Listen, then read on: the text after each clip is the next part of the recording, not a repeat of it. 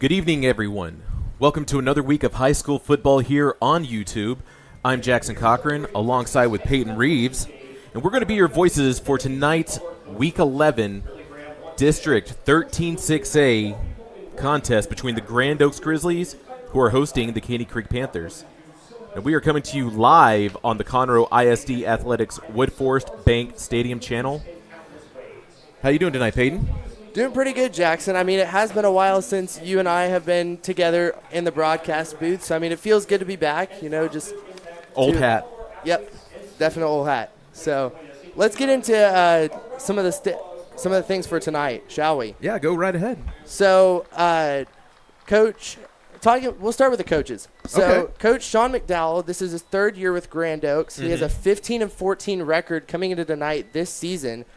And surprisingly, little fun fact for you, he actually coached C.D. Lamb of the Cowboys at Foster High School. Do you have a timeline about that? It was during during his season there between 2012 and 2022 when he was with the program. Okay. And C.D. Lamb was actually a senior during the 2016 to 2017 season. Well, that's a fun fact. Yeah, it's pretty cool. And then a little bit about Coach Heineman here. Coach Hyman, this is his sixth season with Caney Creek, and he has an 8-51 overall record. Yeah, very, very hard to see for the Caney Creek side of things with that record overall, but they do love Coach Hyman. He's been with the program for many, many years, and whenever you're kind of in a little bit of, wouldn't dare say a rebuild, but they had a good season last year, and coming off of that, it's been a little bit of a challenge for this season with him. One of the things that does hurt in this district is when you have heavily stacked schools such as, College Park, the Woodlands, Willis, and fun fact, this year it's going to be the first playoff berth for the Grand Oaks program in school history. So that's something that they're going to be challenged on the Caney Creek side of things against one of the top four schools in the district. So while it is a tough road always for Caney Creek, they do love Coach Heineman, and they continue to have him ahead of this school. I believe he is also the athletic director for that school. Yeah, he's the Caney Creek athletic coordinator and the head football coach. So I knew for a fact that they do love Coach Heineman. But let's go back on the Grand Oaks side of things. First chance of being in the postseason. They are going to have their first playoff berth. And it's one of the things that they were so short of that last season, but now you're going to see that the Grand Oaks Grizzlies are finally postseason bound. Yeah, and I think it's really cool how this is their first postseason. I mean, they've been looking forward to this for a long time. They've been trying to achieve this, and it's just a great thing for Coach McDowell and this team this year, Jackson, for sure. Very much so, and it's something to be excited about. And I know it's senior night here for the students at Grand Oaks. We're here. It's a lovely night. Not as cool as we'd want it to be for November football in the state of Texas, in the Houston area, near the Bayou City, but not too bad to be already sun's down, ready for some Friday night lights ahead of us. And the one thing that is a shame is that this is going to be the final week of high school football this season before the postseason starts. Yeah, I know. It is the last week, and it's a good goodbye for some teams, but I mean, it's a definite, get ready, welcome to the postseason for some other teams, that's for sure. Very much so. It's one of those things that it feels like we were just here, 11 weeks ago to start things off. Grueling, summer heat still, and then now it's like, where did the time go? Because I'm surprised that we're in the final week of the season. I was in shock that coming into the football stadium, driving into everything tonight, realizing, wow, this is the final game of the regular season for both of these schools. Yeah, and I mean, just of how packed it was tonight too, Jackson. I mean, there was it was kind of hard to find a parking spot earlier. Yeah, and one of the things about the stadium here, it's a lovely stadium, and trying to make sure that you are able to get here, and we still see people starting to come on in. Student section is filling up right now, but let's talk about a few things on the horizon for tonight's matchup. Now, I know last week, coming off of a loss right now for Grand Oaks, it's one of those things that need to shake the rust off. And it's hard to, whenever you're playing on the road against Willis, it was, I believe, a 31-17, so they weren't shut out. That's a good thing for Grand Oaks on their side of things, but I know for a fact that it's one of those get-right games right before the postseason starts for the Grizzlies, but we're going to go ahead and take a quick timeout. Peyton and I are going to jump right back in after these paid sponsors. Our orthopedic care is shaped around you. And you. And you. Because customizing treatments and using breakthrough techniques is how your comeback starts. Like 3D printing for ultra-precise joint replacements and providing the same specialty care as we do for the Houston Rockets. So you return sooner, stronger, better. This is orthopedic care designed for you. Memorial Hermann, advancing health, personalizing care. Woodforest National Bank, where convenience meets community.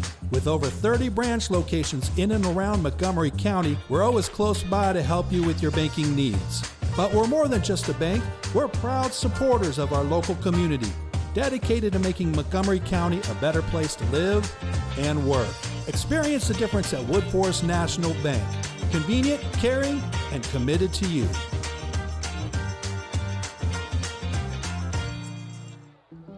Imagine you are her, or him. Like everyone, a sprain, tear, or nagging ache can set you back.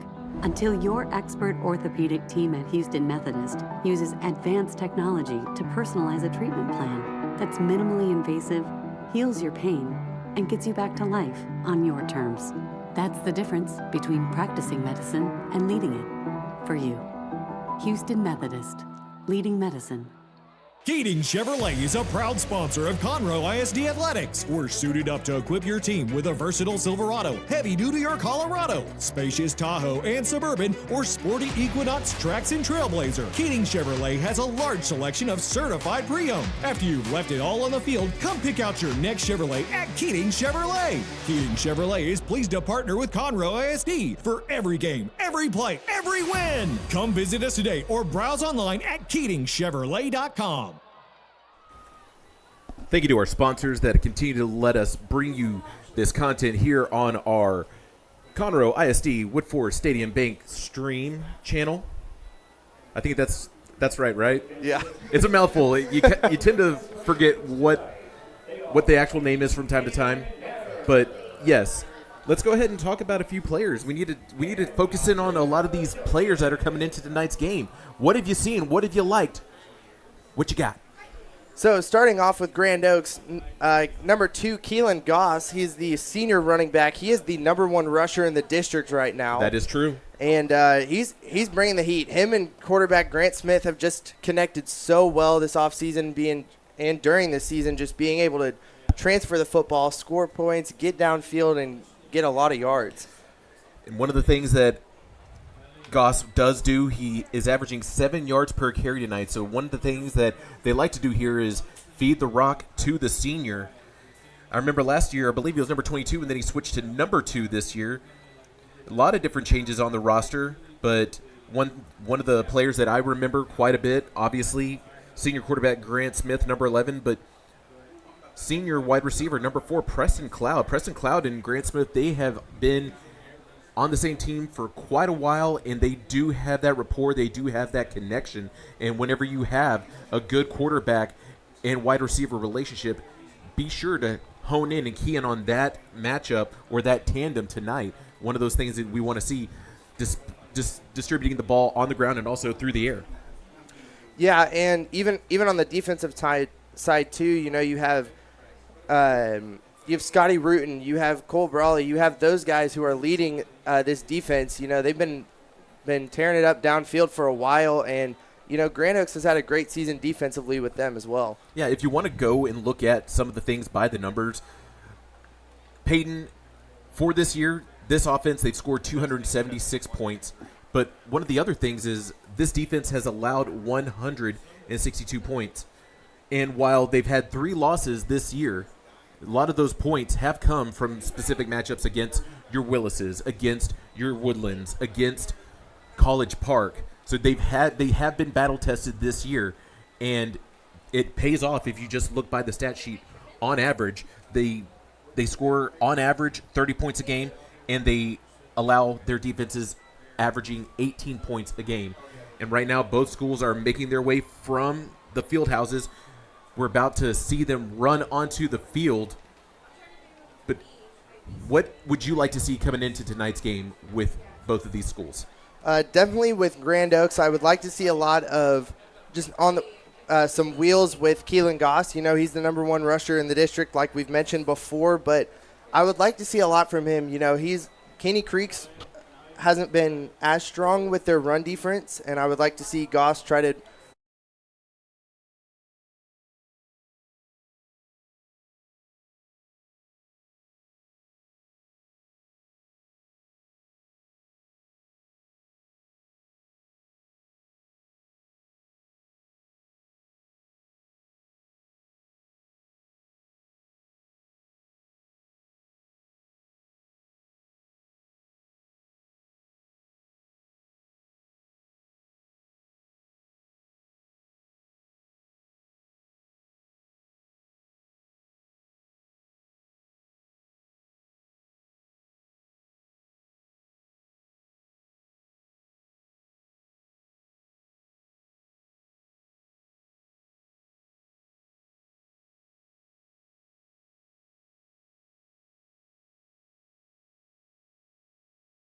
Ways wide open.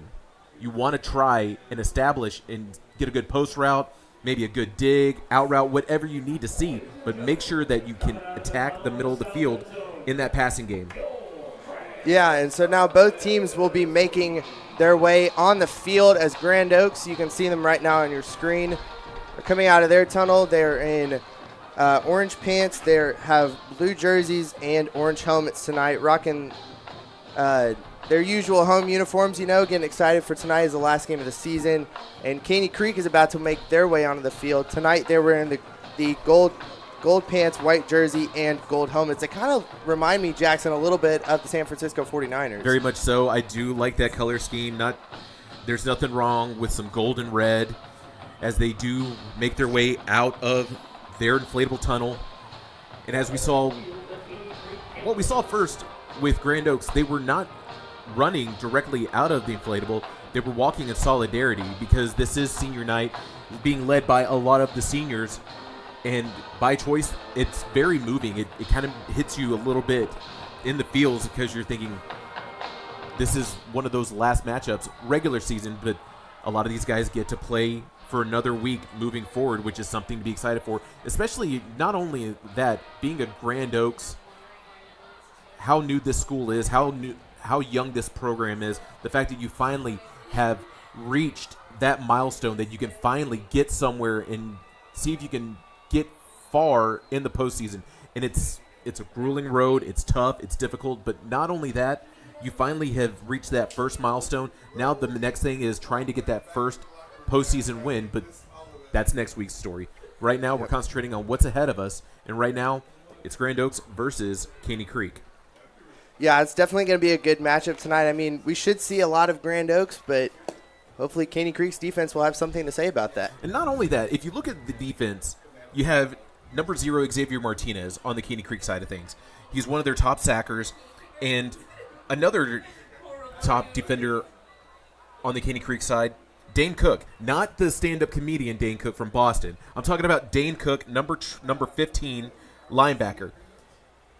He has that high motor. He's up the field, down the field. No matter what, he's going to be involved. He's going to make a lot of tackles, just like Xavier Martinez. Yeah, and then looking at the offensive side of things tonight, you know, Caney Creek is starting Peyton Beckett. I mean, I know they're down.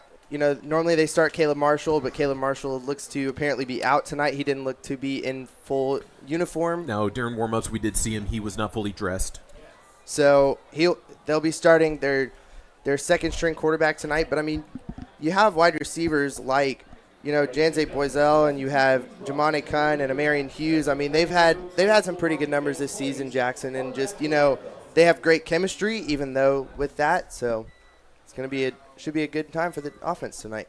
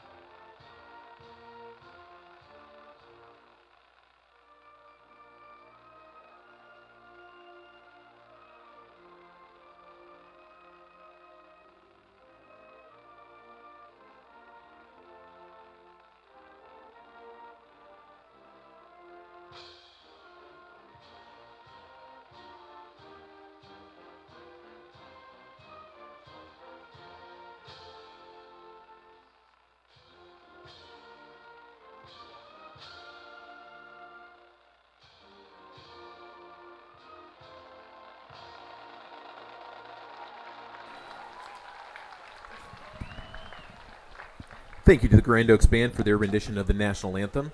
Waiting to see the team captains make their way to midfield as we are about to get everything started underway tonight. Believe that our captains that are about to walk over for the coin toss tonight, I do see number 11, Grant Smith, number 30, Kevin Ross. I think actually they're going to – I wonder if they were going to actually bring a lot of the seniors out for the kickoff. No, they're lined up. Okay. So, yeah, it's number 11, Grant Smith, number 93, Aaron Times, number 30, Kevin Ross, number 42, Scotty Rutan. And for Caney Creek, it's number 5, Bakari Worthy, number 24, Ellis Davis, number 36, Riga Macy's, and number 28, Jonathan Javier, I believe I did see as well over there for Caney Creek. Mm-hmm.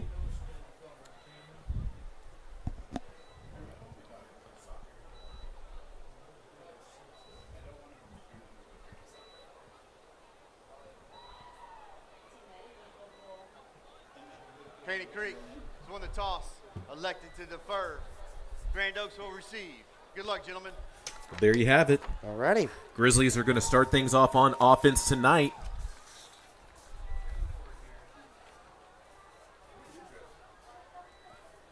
And they will be attacking the south end zone where the Panthers will defend to start things off tonight.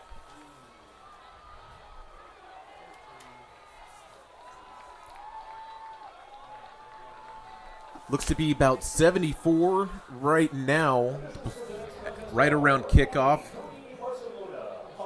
Very humid. Very humid tonight. Very humid weather. Not a lot of wind.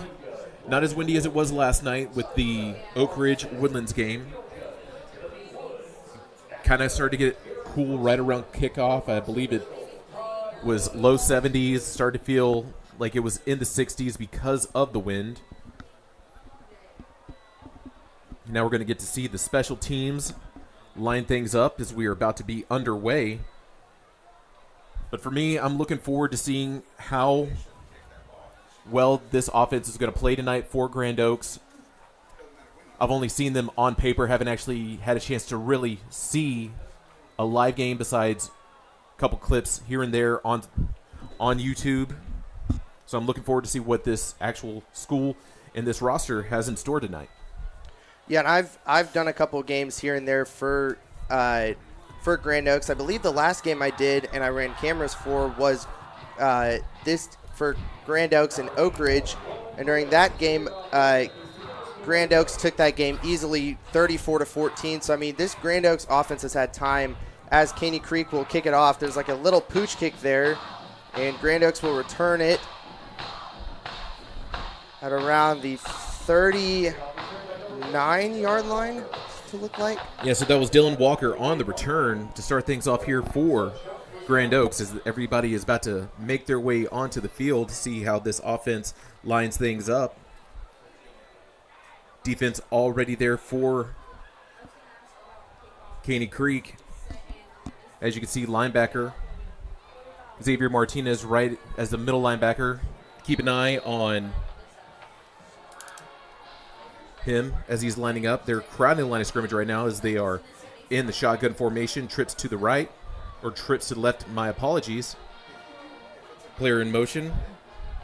It's going to be a handoff to Goss.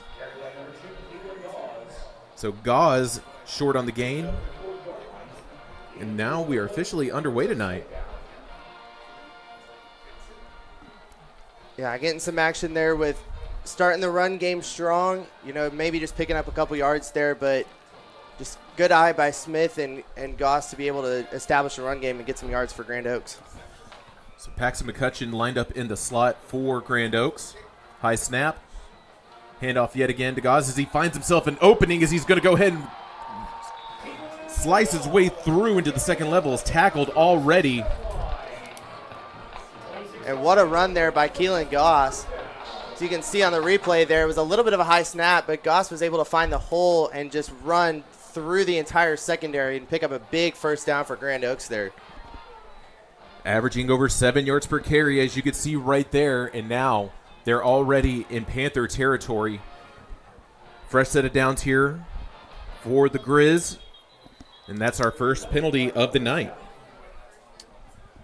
We will see where the official will call it. Offense, number 60, 5-yard penalty, first down. So it'll be a false start there on the center, which will move Grand Oaks back about 5 yards there. Little jumpy at the line. Wanted to go ahead and try to hit someone right away. Nothing wrong with that. Play action. Smith in the pocket, looking downfield, throws the deep ball, looking, and is almost intercepted. Underthrown. And that was number 24, Ellis Davis, senior defensive back for the Panthers. I was pretty close there, Jackson. Yeah, as you can see, plenty of time in the pocket. You see the strength, just an underthrown, nice ball, but it was an underneath throw as he was looking for number 6, Darnell Jackson Jr., one of the top receivers, but it's going to be another handoff to Gauze, and he gets nowhere, which brings it a long third down here for the Grizz. Yeah, Gauze tried to find anywhere to run there. He had no room. That Panther defensive line just crashed down and snuffed the run out. Not much in the playbook for a 3rd and 15. Let's see if they can convert here. This will be the first third down conversion attempt of the night for Grand Oaks. Smith, clean pocket, decides to keep it himself as he slips his way through and he gets tackled right. Oh, he's still up. Finally lunges forward at the 35. Gets back to where they originally were in between the sticks, but it's going to be a 4th down. This is kind of one of those areas on the field if you want to go for it. I don't think that Rosado has the leg, and I believe his longest of the season is a 40-yarder. Therefore, they're going to probably elect to go for it here. You like this call? Yeah, I think for sure, Jackson. I think it's smart. Like you said, there's as long as it's a 40-yarder, as Smith will have time. He's escaping the pocket, and the pocket will collapse, and he will be sacked for no gain there. So Xavier Martinez in on the sack, able to get in there. And there you go. Turnover on down to start things off for the Grizzlies. Yeah, you can just see there on your screen. I mean, Smith had some time to throw, but the pocket just collapsed, and Xavier Martinez just brought him down for no gain, and there was nowhere to go there. And that's why he's one of the top tacklers for the Panthers, leading sacker for them as well, is able to go ahead and put a stop on the early drive for the Grizz. As the Panthers starting things off, sophomore quarterback Peyton Beckett hands it off, and he's going to be nowhere at all. And that, I believe, is number 23, Raymond Jacobs, Jr., running back.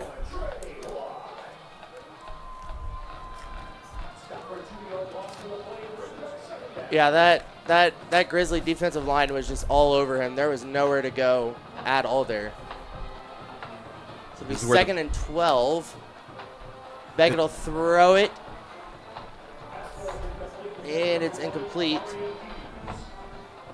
Just trying to find number 1, Amarian Hughes on the play, and just incomplete. So bring about 3rd and 12 here. As Beckett will look over to the sideline for the play. Looks like they might have wanted to go for a trips formation on the far side. It'll be a bunch trips formation there. Beckett will take the snap. He's got pressure coming as the pocket collapses, and he is going to be sacked in the backfield for no gain. Scotty Rutan able to get back there and attack the quarterback for a big 3rd down loss.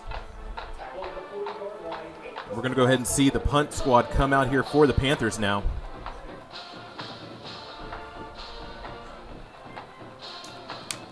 So that will be number 12, Logan Massey, back to kick.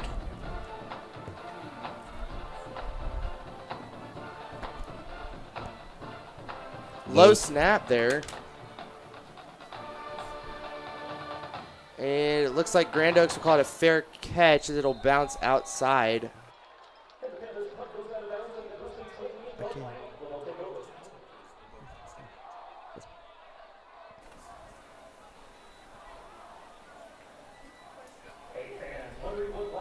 So the defense is out for Caney Creek as Smith in this offense will come back out.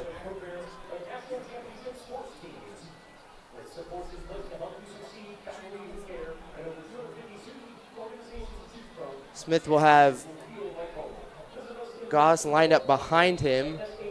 There's a receiver on the near side here. Smith will take the snap. He'll hand it off to Goss, who's going to find a hole up the middle. He's still going, and he'll be tackled around the 40-yard line for the Grizzlies. And that'll be enough for a first down. Nice vision there from the senior running back, able to find his way through the line, attacking into the second level. And a big gain there for the Grizz. So another 1st and 10 here. Smith will hand off to Goss, who will find a hole up the middle, and he will be brought down around the 48-yard line. He's just short of the first down there. As they continue to feed the senior on senior night, finding some momentum here on this drive as they move the ball on the ground quite a bit. So 2nd and 3 here. Smith has a man to his left. He will hand off to Goss up the middle again. Big run. There is nobody there. And Goss is off to the house for a Grizzly touchdown.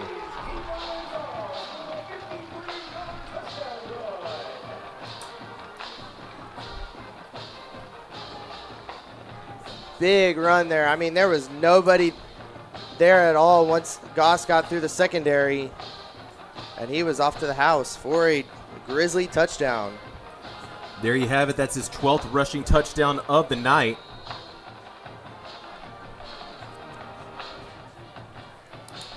.53 yards.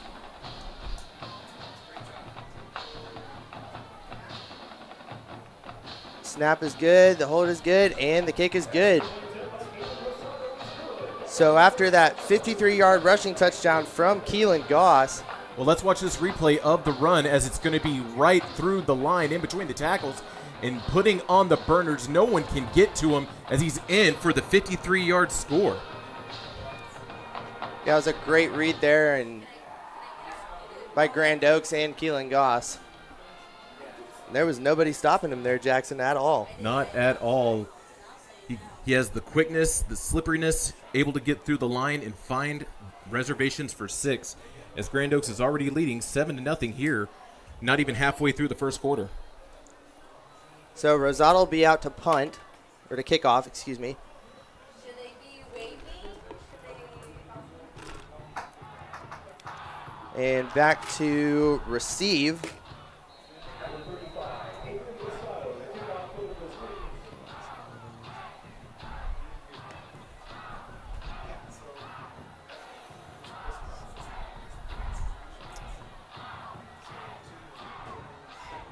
You can hear the bands down here getting hyped for kickoff. And Rosado will kick it deep. Caney Creek will run it out here.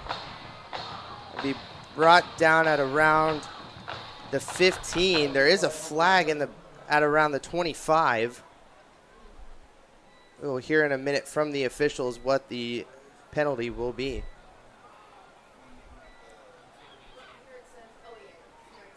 So it looks like it'll be a hold on the...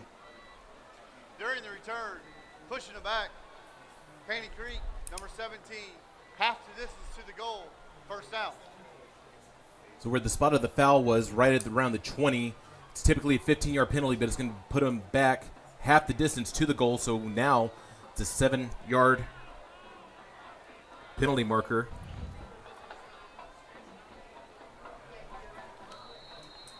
So with that, here comes Beckett in the offense for the second drive of the night for Caney Creek, trying to get some points here. Receiver in motion, and Beckett will hand it off up the middle and fake that, and there will be nowhere to go. Swarm of Grizzlies right into the heart of the line of scrimmage, able to make the big stop, no gain. As you can see, this defense is not going to let the Panthers try to find many yards on the ground tonight. So it'll be 2nd and 9 here. Beckett in the backfield. He's got running back. He will take a quick throw, quick snap, quick throw. He was trying to look for Jamane Kun there, and he could just, it was incomplete.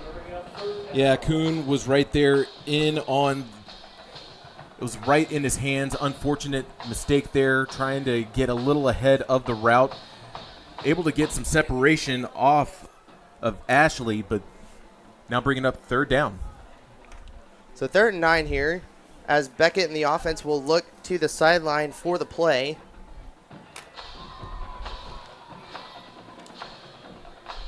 There's 2 receivers on the near side, 1 receiver on the far side, as there will be a motion. Beckett will take the snap. He will hand it to the receiver in motion, who will be brought down at about the 13-yard line. So that will bring up 4th down and 9 as the punting unit is coming out for the Panthers. Going to be another 3 and out here for Caney Creek as we see the punt team make their way back out. And as you can see, number 13, Jacoby Andrews, back to return for Grand Oaks. Yeah, and he's lined up pretty deep. So we'll have Massey again. Take the snap, and he'll kick it deep. And he's still on his feet, and he will be tackled at about the Panther 37 there. And that will bring up 1st down for the 3rd drive for the Grizzlies tonight. And that was a nice return there from Andrews, able to get at least 20 on that return. And if you get good special teams play like that to start your offense off with great field position, nothing wrong if you are the Grand Oaks sideline. Yeah, that's a great spot for them. They got great field position as they will start this drive. Caney Creek already has their offense or their defense out on the field. As Smith in the offense will now come out onto the field.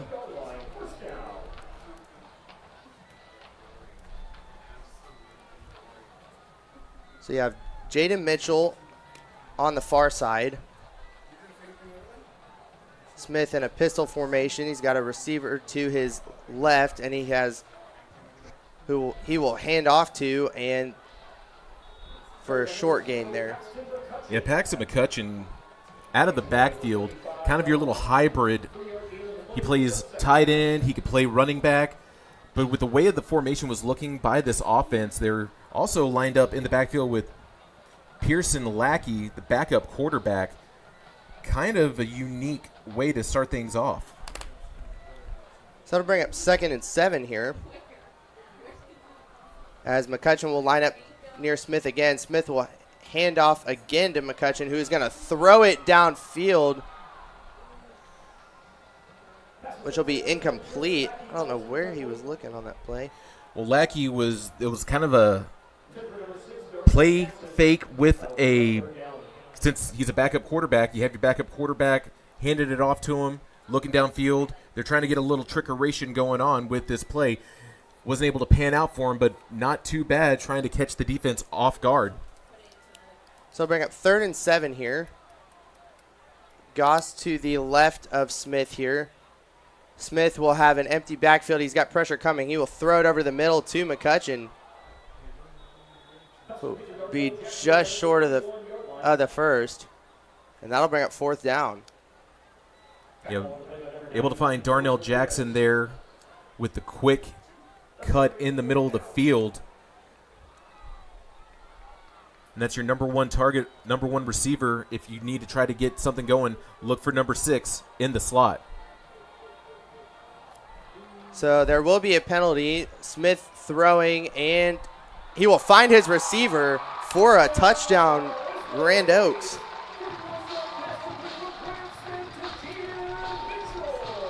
So that was Jaden Mitchell on the reception, and he found it for 6.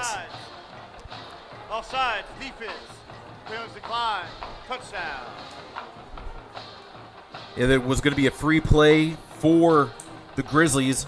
Smith able to find Jaden Mitchell downfield, sophomore wide receiver, able to go with one-on-one coverage.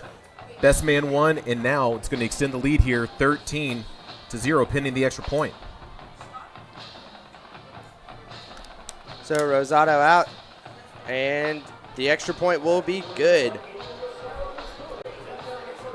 So with 3:42 left in the first, Grand Oaks 14, Caney Creek nothing. Hopefully we can get that replay for you up here quite a second so we can break down the play. And as you can see, offsides, went ahead and threw the deep ball. Contested, touchdown, and there you have it. Mitchell, 31 yards to the house. So at the moment, Jackson looks like right now it's been nothing but Grand Oaks in this game. Very much so. They've been attacking on 2 out of the 3 initial possessions tonight. And it's mostly with what this defense has been doing. You've had back-to-back 3-and-outs. We're going to see the Caney Creek offense for their third possession momentarily, but after that first turnover on downs, they're able to get things together from the sideline. You already have a rushing touchdown, passing touchdown. So Rosado will be out to kick. And looking back there, looks like Hughes will be back to return it. So Rosado's kick will go out of bounds.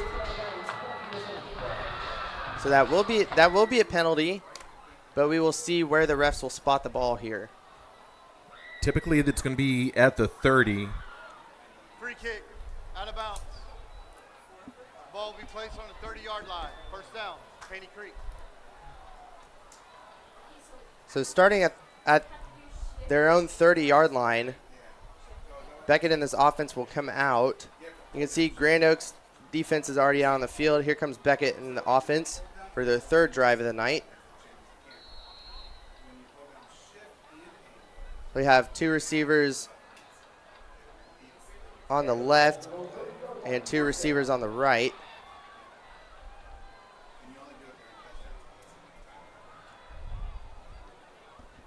That is, he'll have a back to his left. He will try to throw a quick pass.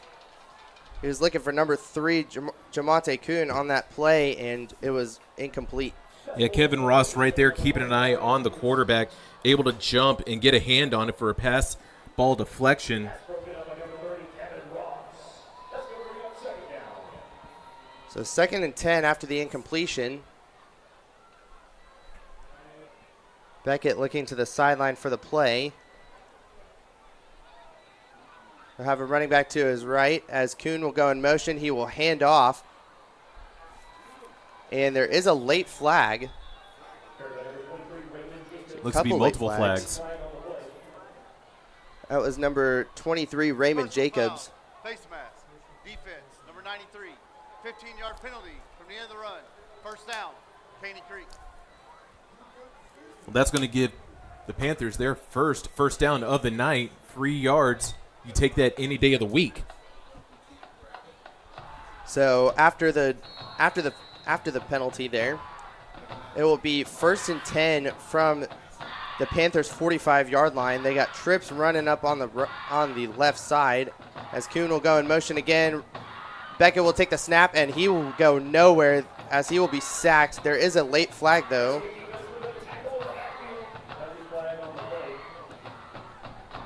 see if the sack still stands. Aaron Personal Times foul, was in there. Face mask. Defense, number 28. 15-yard penalty from the previous spot. Automatic.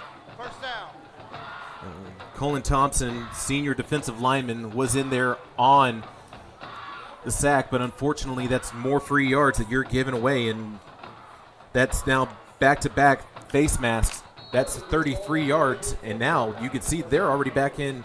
They're in Grand Oaks territory for the first time tonight. Beckett back again. Kuhn will go in motion behind him. Beckett will take the snap. He will hand off.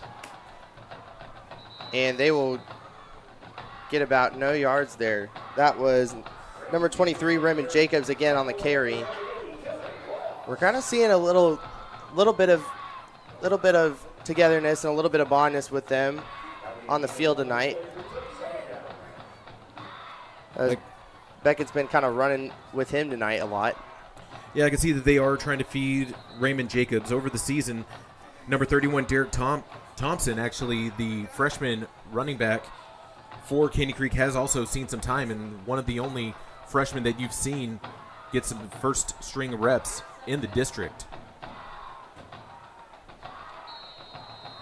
So Jonathan Javier will be in the game now.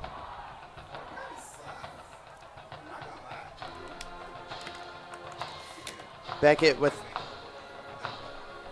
it back to his right here. He will take the snap, and he will throw looking deep. He was looking for Kuhn there, and it will be incomplete. Another incomplete thrown from the sophomore, not able to connect, and right there, number 30, yet again, Kevin Ross in on the coverage. We're going to keep the linebacker lined up on Kuhn most of the night. So I'll bring up 3rd and 9 here for this Caney Creek offense. As this Grand Oaks defense has been hounding them this whole first quarter. Beckett back. He will have a running back next to him to the left. He will hand off again to Javier. And it'll be a gain of 5 there. So that'll bring up 4th down here for the Panthers.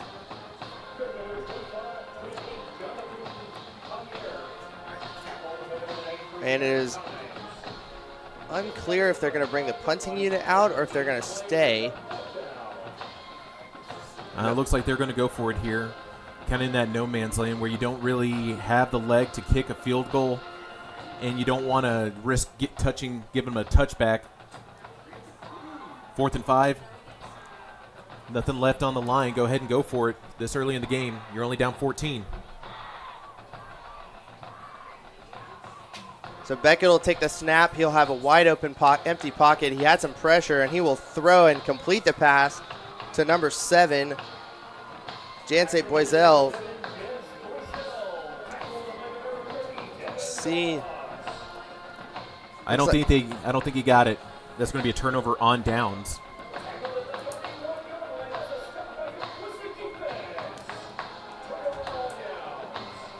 Just short. So Smith in this offense will come out for the 4th time tonight, and they have been in control this whole first quarter. I mean, you had the 53-yard rushing touchdown from Goss earlier, and you just had the 31-yard reception touchdown from Mitchell last drive. So Smith will be in a pistol formation here. He'll have a running back to his left. He will take the snap. He will feed it to McCutcheon, who will run there for about a 4-yard gain. He's still on his feet, and he's brought down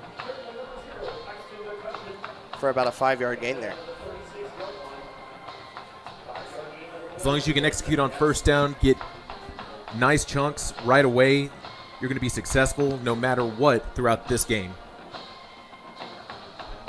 So 2nd and 5 here. Smith will hand off to Goss this time, who's running around the right side. He's going to be open, and he will be tackled at about midfield, and that will be a big first down for this Grand Oaks Grizzly offense. Marion Hughes able to stop a potential touchdown. The Iron Man playing both sides of the field, able to get the stop. So 1st and 10 from midfield. Smith has Goss to his right.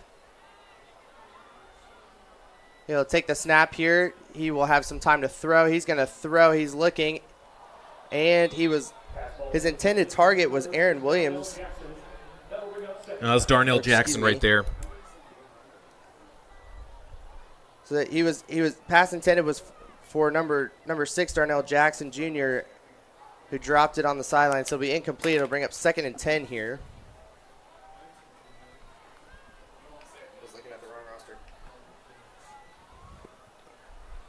So Smith will be in the backfield here. He'll have Jackson in motion, and there is a flag. False start. Offense. Number 77. 5-yard penalty. 2nd down. Well, that's going to be the 5th penalty of the night. They need to clean this up if you're Grand Oaks.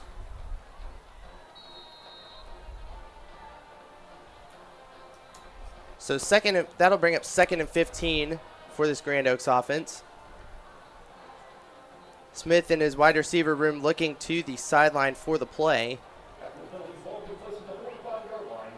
As Smith will run in the back. He'll have in the backfield. He'll have Goss in the backfield next to him. He'll have an empty pocket. He's looking downfield. He will throw and almost picked off by a Marion Hughes. It'll be incomplete. It'll be 3rd and 15 now. Almost picked by Hughes, but also Eric Hernandez coming in on the blitz. Almost sacked Smith in the backfield with a long 3rd down here. So I'll bring up 3rd and long with 9 seconds left in the first quarter.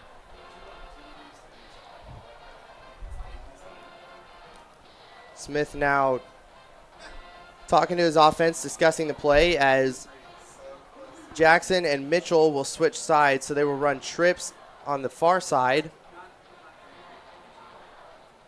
Smith will take the snap. He is facing some pressure, and he will throw it incomplete. He was looking for number 87, Ethan Vera, the junior tight end, and that'll bring up 4th down for the Grizzlies, and the punting unit will come onto the field now.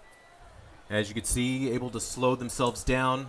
Penalties will hurt a drive, as you now have Grand Oaks punting here.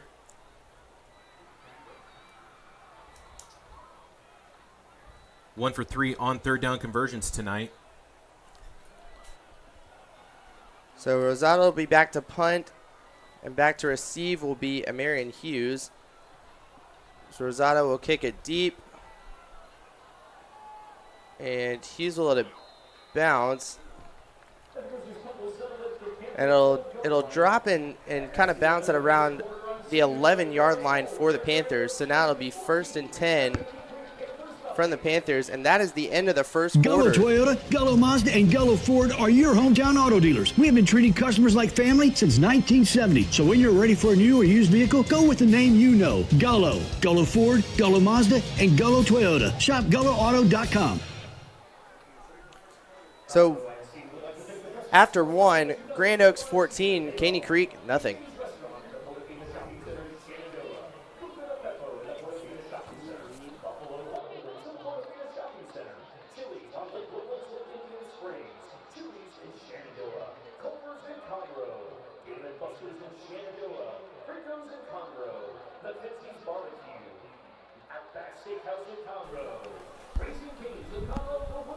All right. It's been a eventful first quarter. As you can see, Grand Oaks leading 14-0 over Caney Creek. There's quite a bit to see and quite a lot to talk about. First off, what did we say before the game even started? Keelan Goss, leading rusher, running up and down the field. Yeah, Grand Oaks has been giving him the rock all night in the football, and I mean, he's just taking it to the house, and almost, even on that last drive, he almost took it to the house before Marion Hughes was able to stop him. I know. If it weren't for Hughes, that would have been another touchdown right now for Grand Oaks, and they would have extended the lead. But as you can see, coming out with the offense, deep in their own territory, it's going to be a handoff, and this is to the freshman, number 31, Derek Thompson, as he's getting a little bit of activity. Actually, no, that was Jamonte Kuhn. Jamonte Kuhn with a short gain. And as you can see, Caney Creek only short gains we've been seeing most of the night on offense. This defense, they're attacking the line of scrimmage. They're coming after them, as you can see. Yeah, the stop there led by number 5, Jalen Ashley, as well as number 14, Jakari Andrews. As you can see, pinned back deep in their own territory. In the gun, 4-receiver set. Throwing downfield near the sideline is going to be out of reach for Marion Hughes, as Beckett had a little too much touch on the pass, bringing up another 3rd down here. Yeah, great coverage there by Sebastian Hill, the senior defensive back there, able to put some pressure on the wide receiver front that Caney Creek was bringing for an incomplete pass to the sideline. It'll be 3rd and 8. Haven't seen much from Griffin Tillis yet, number 1 for the defense, one of their top safeties for Grand Oaks. Beckett looking, connecting. It's going to be a conversion there and a 1st down from Bakari Worthy, senior wide receiver. Yeah, great connection there between Worthy and Beckett there. Able to find the play and find a 1st down and a little more for Caney Creek. And these are the type of moments that you need in the game, getting a little bit of activity, getting the short conversions, able to keep the drive alive, keep the offense on the field. As Beckett hands it off, this time he does give it to Javier, and he's stuffed at the line. I'm telling you, this defensive front right now for the Grizzlies, they are attacking. They are being a menace. Yeah, Isaac Smith with the tackle there just broke through the line and just said, no thank you. No way, Jose, to Javier there. There was nowhere to go. As you can see, play clock right at 15. It's in 4. Beckett looking downfield, able to connect yet again to Kuhn. And right now, they're kind of in a little bit of cruise control, back-to-back conversions. That's their 4th 1st down now tonight. Slowly but steady, this is what this offense needs to do to try to get downfield, get some points. You're only down 14. Still early, quite a lot of football left to play here at the bank. I mean, there's 34 minutes left in this contest. Fresh set of downs here for the Panthers. Kuhn in motion again as he's coming back on the sweep. Stutter steps, but he is denied at the line. And there you have it, number 9, Isaac Smith yet again.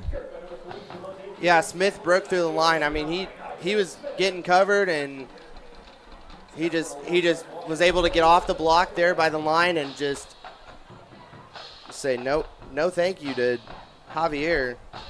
Yeah, Isaac Smith, one of the top tacklers here for the Grizzlies. As you can see, he's playing high safety. He's back there, but he's able to keep an eye. They're expecting the run. He's going to go ahead and blitz his way up and continue to attack the line as it's now 2nd and long. Beckett drops back under pressure as he evades, rolls left, and is going to be almost intercepted. There is a flag. Holding. Offense, number 64. 10-yard penalty. Repeat, 2nd down. So the hold will push him back 10, but Sebastian Hill almost had himself an interception tonight. Yeah, that was great. That was great coverage there by the Grizzlies secondary. And it was just short of an interception. It would have been really nice there. Yeah, Jensen Solaris, he's the number 1 defensive back who's had some interceptions for the Grizzlies. He's not dressed tonight. He was just in his jersey, no pads. So he's going to be out of tonight's contest. But if you have next man up mentality, you got to be able to get there and get things done as Kuhn's in motion. And Beckett under pressure, looking downfield, and now is intercepted. This time, that is Ethan Sample, senior corner. Yeah, that was great tracking there by the defense. I mean, Beckett was you could see it there. Beckett was facing some pressure, and he just tried to get rid of it real fast, and just like that, there's an interception. Yeah, I'm sorry, that was Kevin Ross, number 30. But yes, senior linebacker able to get the turnover, and that's the first turnover of the night. And this sets up the Grizzlies with excellent field position here. All they need, 24 yards to find the end zone. Goss up the gut. He's fighting stiff arm, and he's in for another touchdown of the night. 24 yards to the house. And like we said before the game, Jackson, Goss is proving himself to be the district's #1 rusher tonight, as he's had 2 rushing touchdowns after that one. And that puts him now at 13 rushing touchdowns on the season, now passing Drayton Urbe, who actually did not get into the end zone. So now the leading touchdown rusher of the district coming into tonight.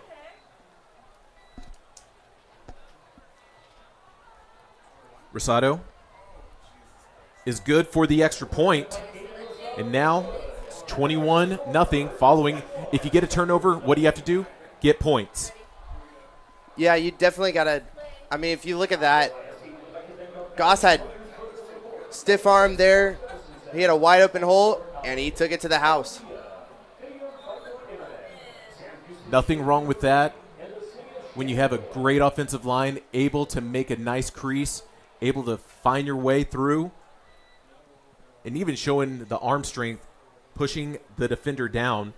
And that's nothing to bat your eyes at. That was an amazing play right there from Goss. And now it's 21-0 right here in the first half. Grand Oaks not taking their foot off the gas anytime soon. Not at all. They want to take this momentum straight into the postseason. As you can see, Rosado is getting ready to kick it off yet again. Back to return for the Panthers, you have Bissell, and I believe Hughes back there.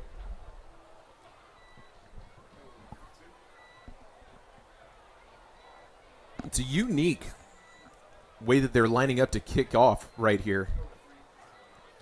Yeah, you normally don't see this from a lot of teams.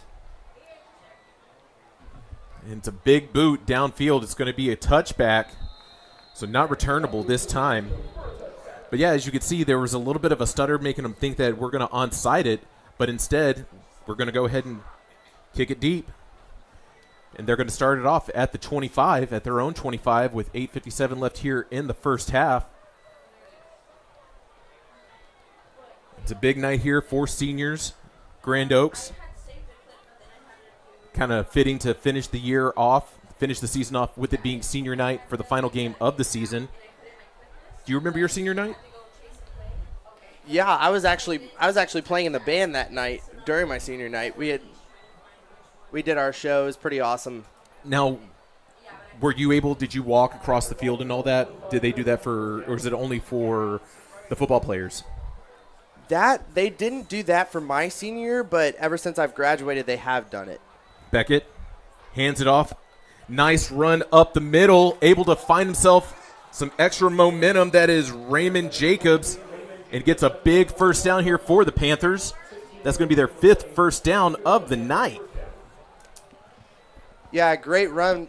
They're able to get outside by Jacobs, and he got a first down and a little bit more there. Aaron Times again, big on the tackle, able to stop it.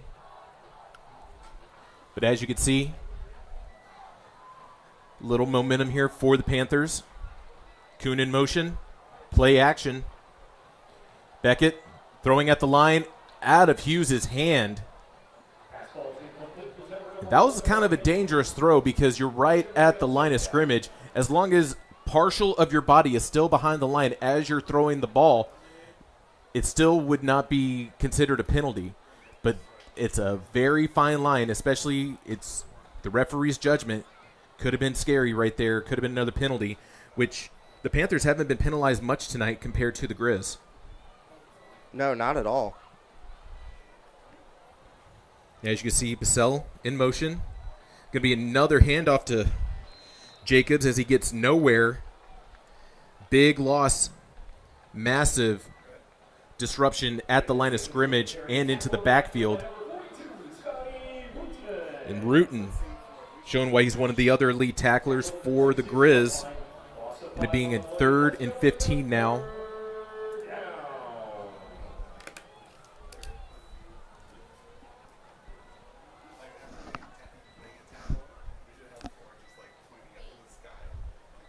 Grand Oaks sending 4 and brings the blitz, and they sack him.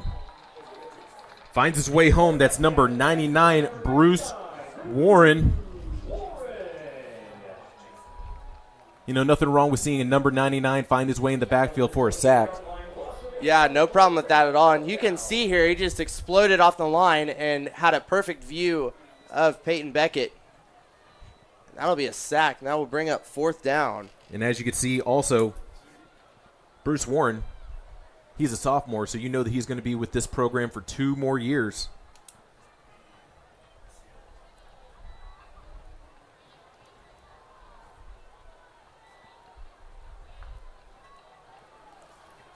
And there we go. As we can see, it's non-returnable with the punt.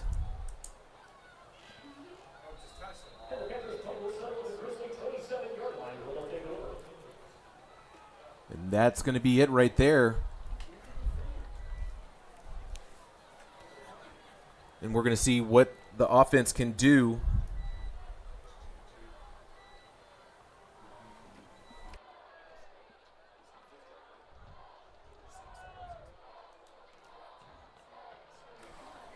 As we can see that the offense is coming out for their 6th drive. Notice, Jackson, that the wind has started to pick up here at the stadium. A little bit. Nothing wrong with that. Like the elements to be involved in the game. Smith in the gun.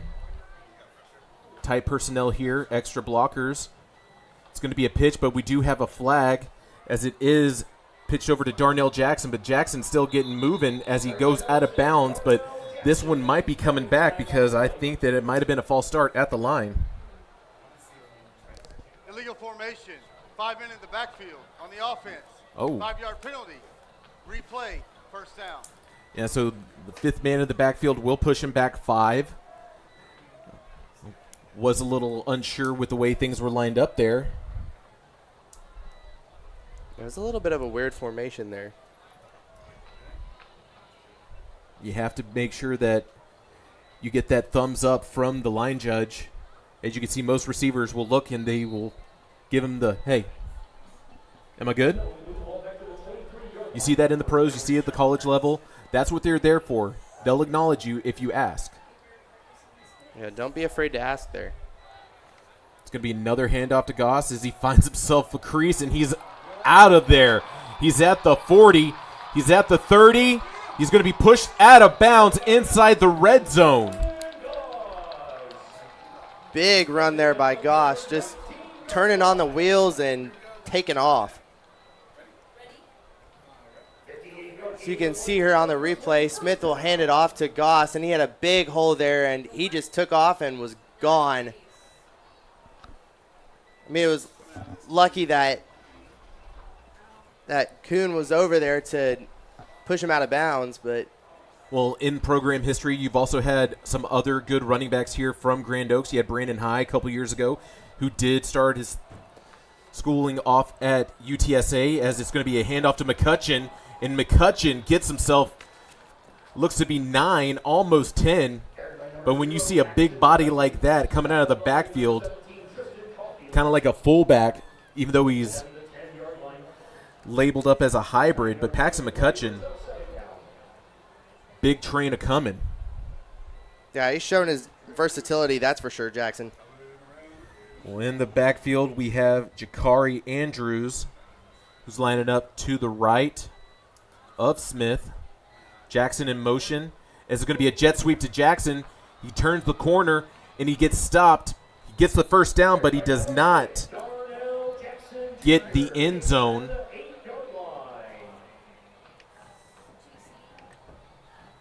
That's going to be a 1st and goal at the 3. But let's look at this replay yet again. In motion on the jet sweep. And Jackson able to get past him, but gets denied running into his defender.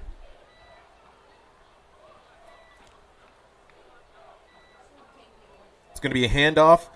Dancing his way with the counter and short of the goal line. Jakari Andrews. Maybe 2. No, he gets 1 on the carry.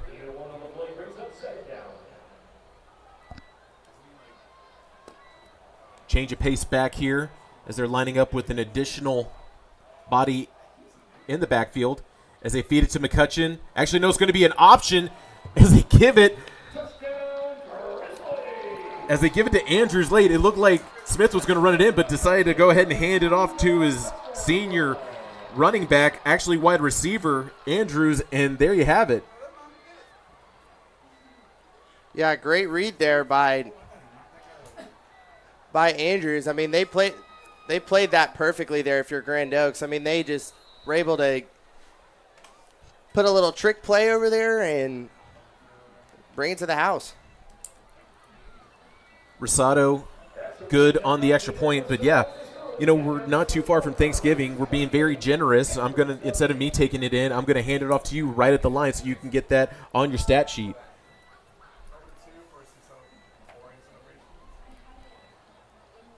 So after that drive, with 4:53 left in the half, Grand Oaks 28, Caney Creek nothing.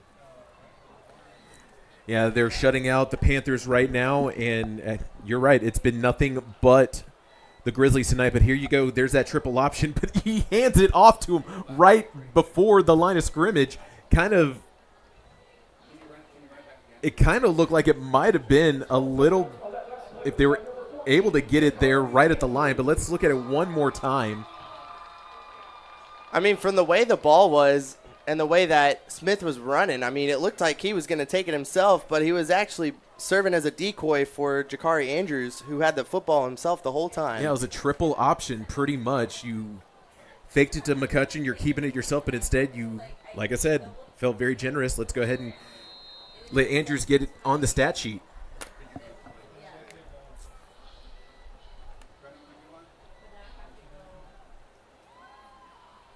But as you can see, they're lining up with that unique special teams kickoff formation. But it looks like there's another Andrews on the roster. That's a Jacoby Andrews. So both Jacoby and Ja'Cory are running backs. It's going to be a returnable kick from the 2 for Hughes. And Hughes gets stuffed right around the 16. Yeah, big pickup there, led by number 83, Braden Davis.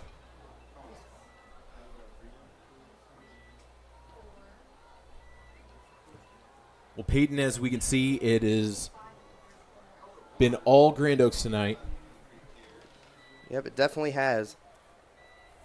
Looking at the storylines, pretty much coming into tonight, we knew that this is one of the best seasons that the Grizzlies have played in program history.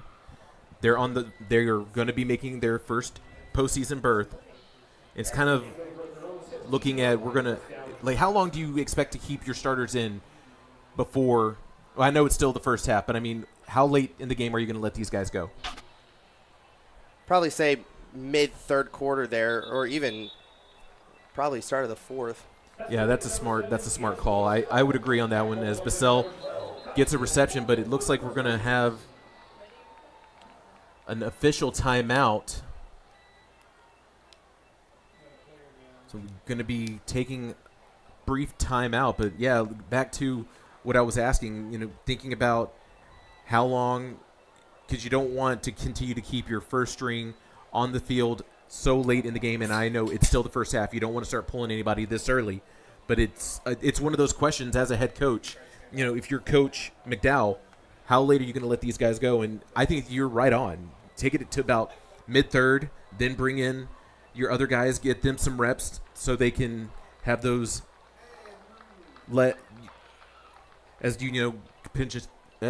Forgive me. Starting to stutter a little bit. Go ahead and give everybody some extra reps, get some practice in, get some game time. But nothing wrong. I would fully agree with them trying to make that decision. But like I said, it's still early. We don't need to be going into that. And as you can see, a nice shot of the moon. Yeah, big harvest moon tonight. And Jackson, you want to, yes, you're up 28-0. You got a lot of points, but at the same time, you want to get your second string some reps as you are going to the postseason for the first time. Keep them stretched and well rested over there. 2nd and 7, Beckett. Play action, going with the option as he pitches it over to Kuhn. And Kuhn dances his way out of bounds. So I see a lot of people are using the option tonight.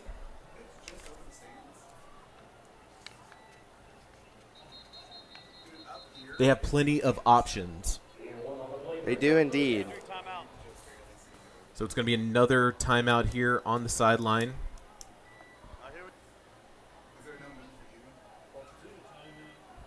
Is the ref raising the roof over there? Well, that's him letting him know to reset the that is a call to reset the oh my gosh. The game clock? Well, the game clock, but more of reset the play clock. Play clock. Thank you. Timeout. Thank you. First timeout of the half. Okay. So Caney Creek will take a timeout here. It's kind of the ref kind of signaled for a timeout, like there was an official timeout, but then, Caney Creek kind of fully took it themselves. Well, whenever the referee was signaling, as you said, raising the roof, he was letting him know, hey, let's get the clock rolling yet again after, and because they needed to reset the play clock because it was starting to wind down. And then Caney Creek went ahead and took the timeout because the play clock was actually winding down. And the new thing that happened this year, they've initiated the 2-minute timeout, which we didn't see at all last season. So it's kind of like the 2-minute warning, but because it is trademarked by the NFL, you don't want to get flagged by saying that. So that's why it's always called the 2-minute timeout. Little football education knowledge for you. You don't want to deal with the NFL's lawyers. It's pretty bad. And it's going to be a wild pass, incomplete, out of the hands of Raymond Jacobs. It looked like it might have had a hand on it as it was being released. But that is another failed conversion for the Panthers. And here comes another punt. Punts.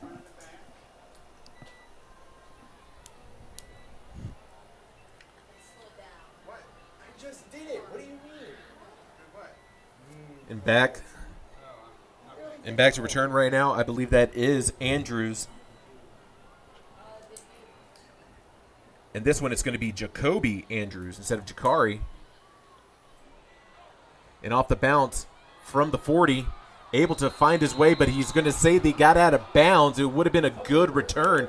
It was already with some momentum, but Andrews gets maybe 12 off the return.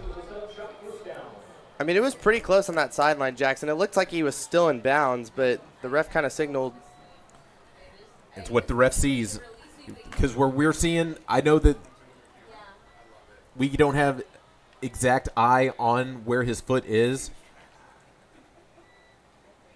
But that head judge right there was able to catch him. But it looked like if he kept it in bounds, it probably could have been a potential touchdown, at least in the red zone, with the way the momentum and the speed he was going. But as you can see, the Grizzlies back out on offense. Out of the pistol, play action. Smith connects, incomplete, right through the hands of Jackson Lower, a Jaxon Jackson. Lauer. Yeah, I was pretty close there. I mean, Lauer had the ball for a second, and it just slipped through his hands. It was pretty close on that. And you think about with the way the sports technology has advanced and the equipment over the years, everyone's with these gloves. It's kind of like stick them on their hands. It's now I never played with those types of gloves. You know, I was obviously, and as you can see from, they can't see us on at home, but following the play right here is going to be stuffed at the line of scrimmage with the run. But give you a peek behind the curtain. I wouldn't say that I'm a fit guy. I was an offensive and defensive lineman. We didn't really have many gloves. Taped up our fingers. Do you have the knee brace too? I saw Woodlands rocking them last night. No, I've never really had a knee brace whenever I played. I think my knees were actually in pretty good shape, and I don't think we got that with sports technology quite in the early aughts, to be honest with you. And the run from Griffin, actually, that was Byron Victorian. Well, on our roster sheet, I know that we have 2 number 1s. I'm going off of Brian Victorian because he's labeled as a running back. Unless it could be Griffin Tillis.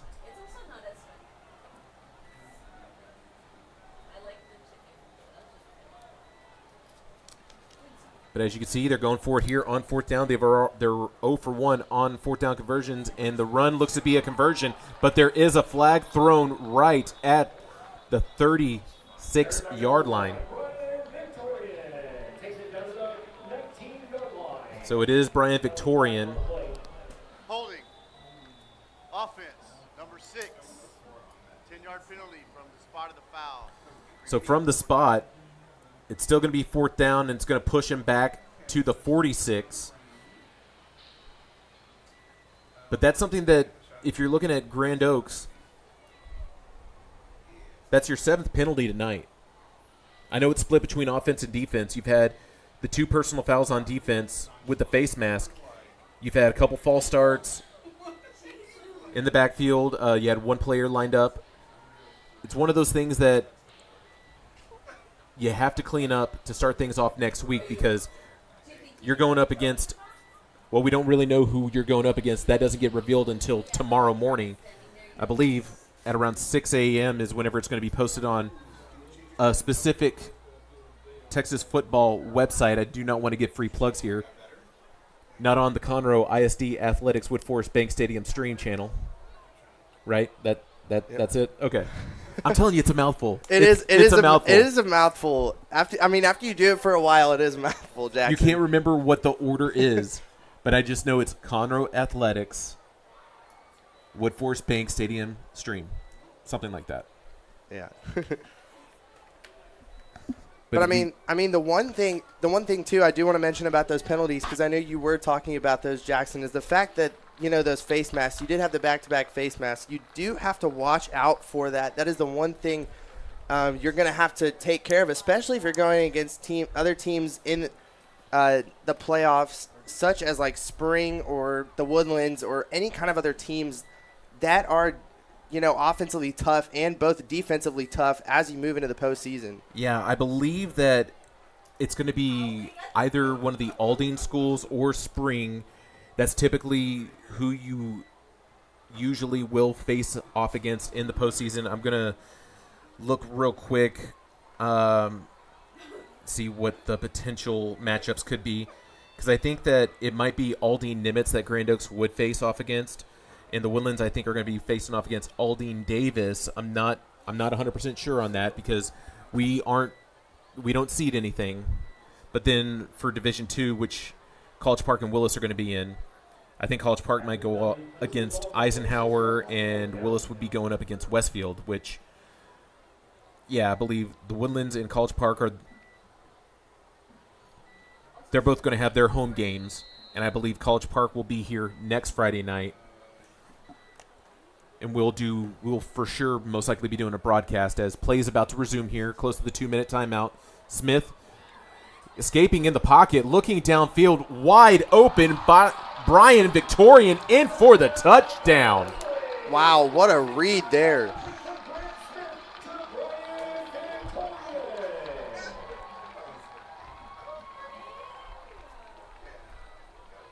I mean, kudos there to Grant Smith to be able to escape that pocket. I mean, he had pressure coming from downfield, and it was pretty close. I mean, he almost would have been sacked there, but, I mean, he was able to escape the pocket, find Victorian downfield who had absolutely no coverage whatsoever. Yeah, he was wide open, and we're going to break that down following the extra point. I want you to break that down for us, okay? I got you. All right.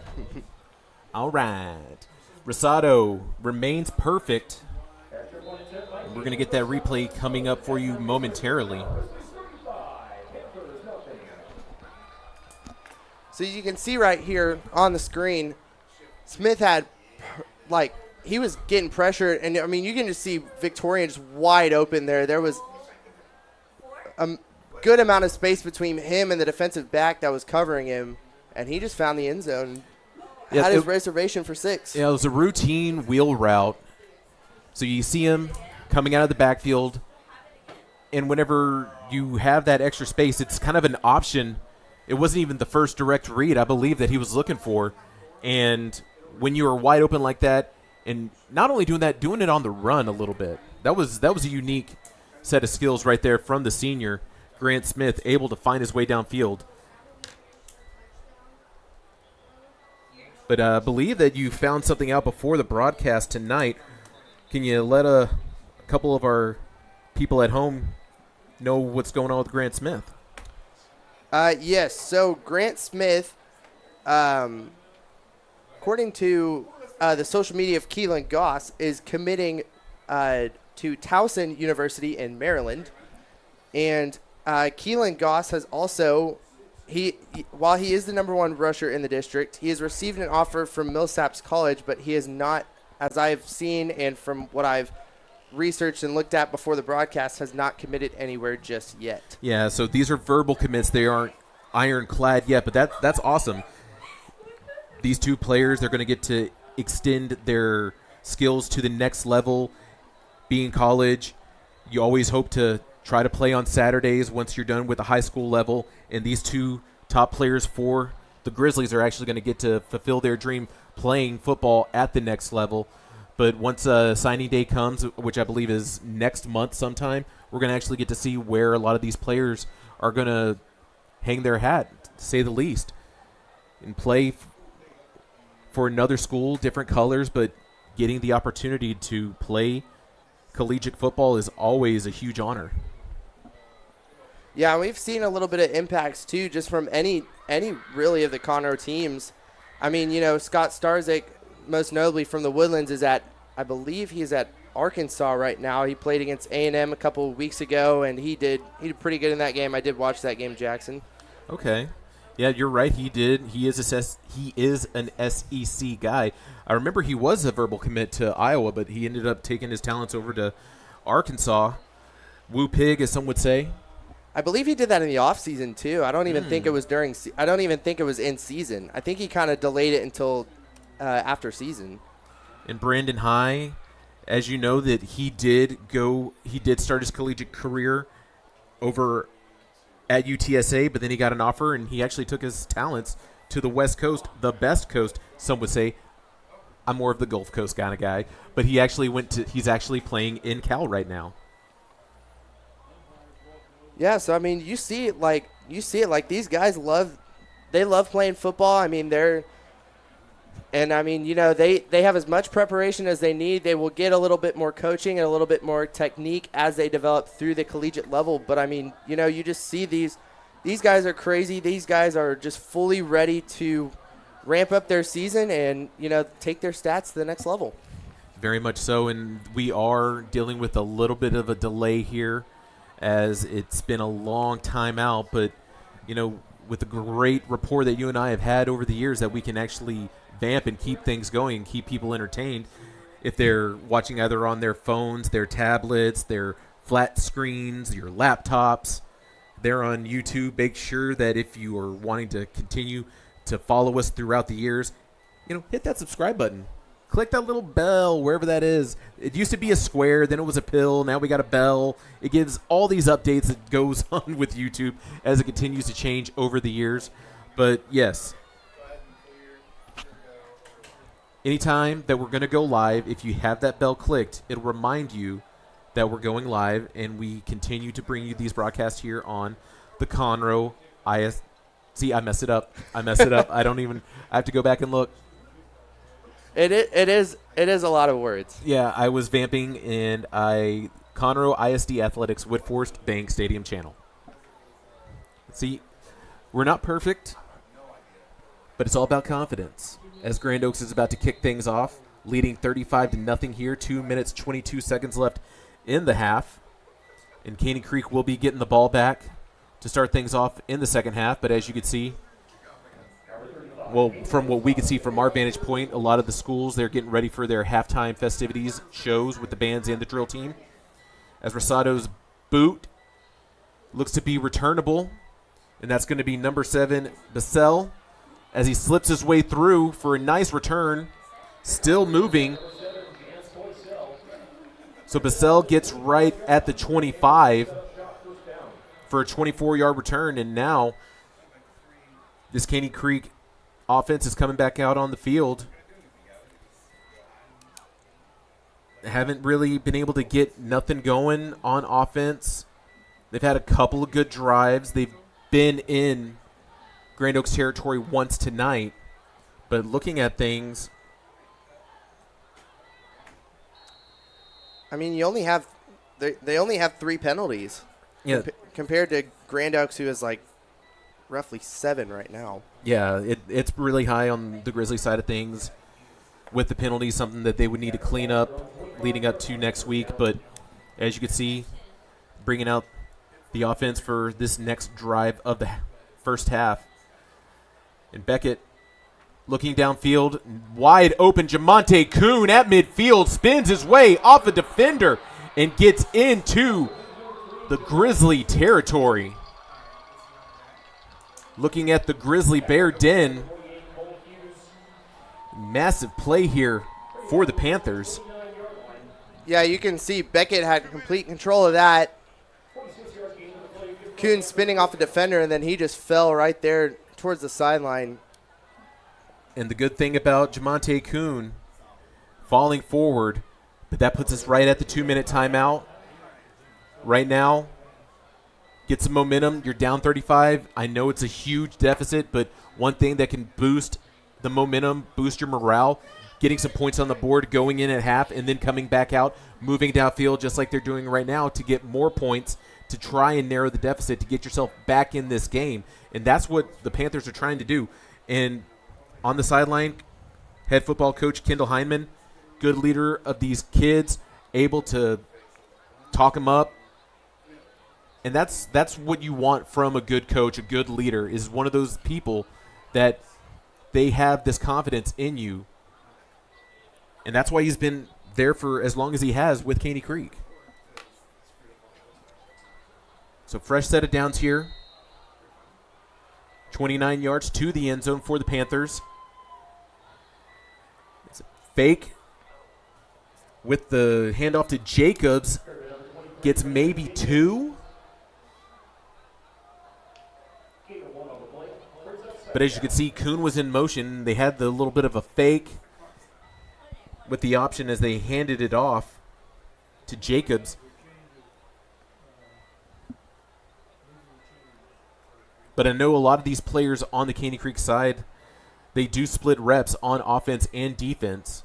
As Kuhn's in motion yet again. Beckett throwing down the sideline, looking for a defender.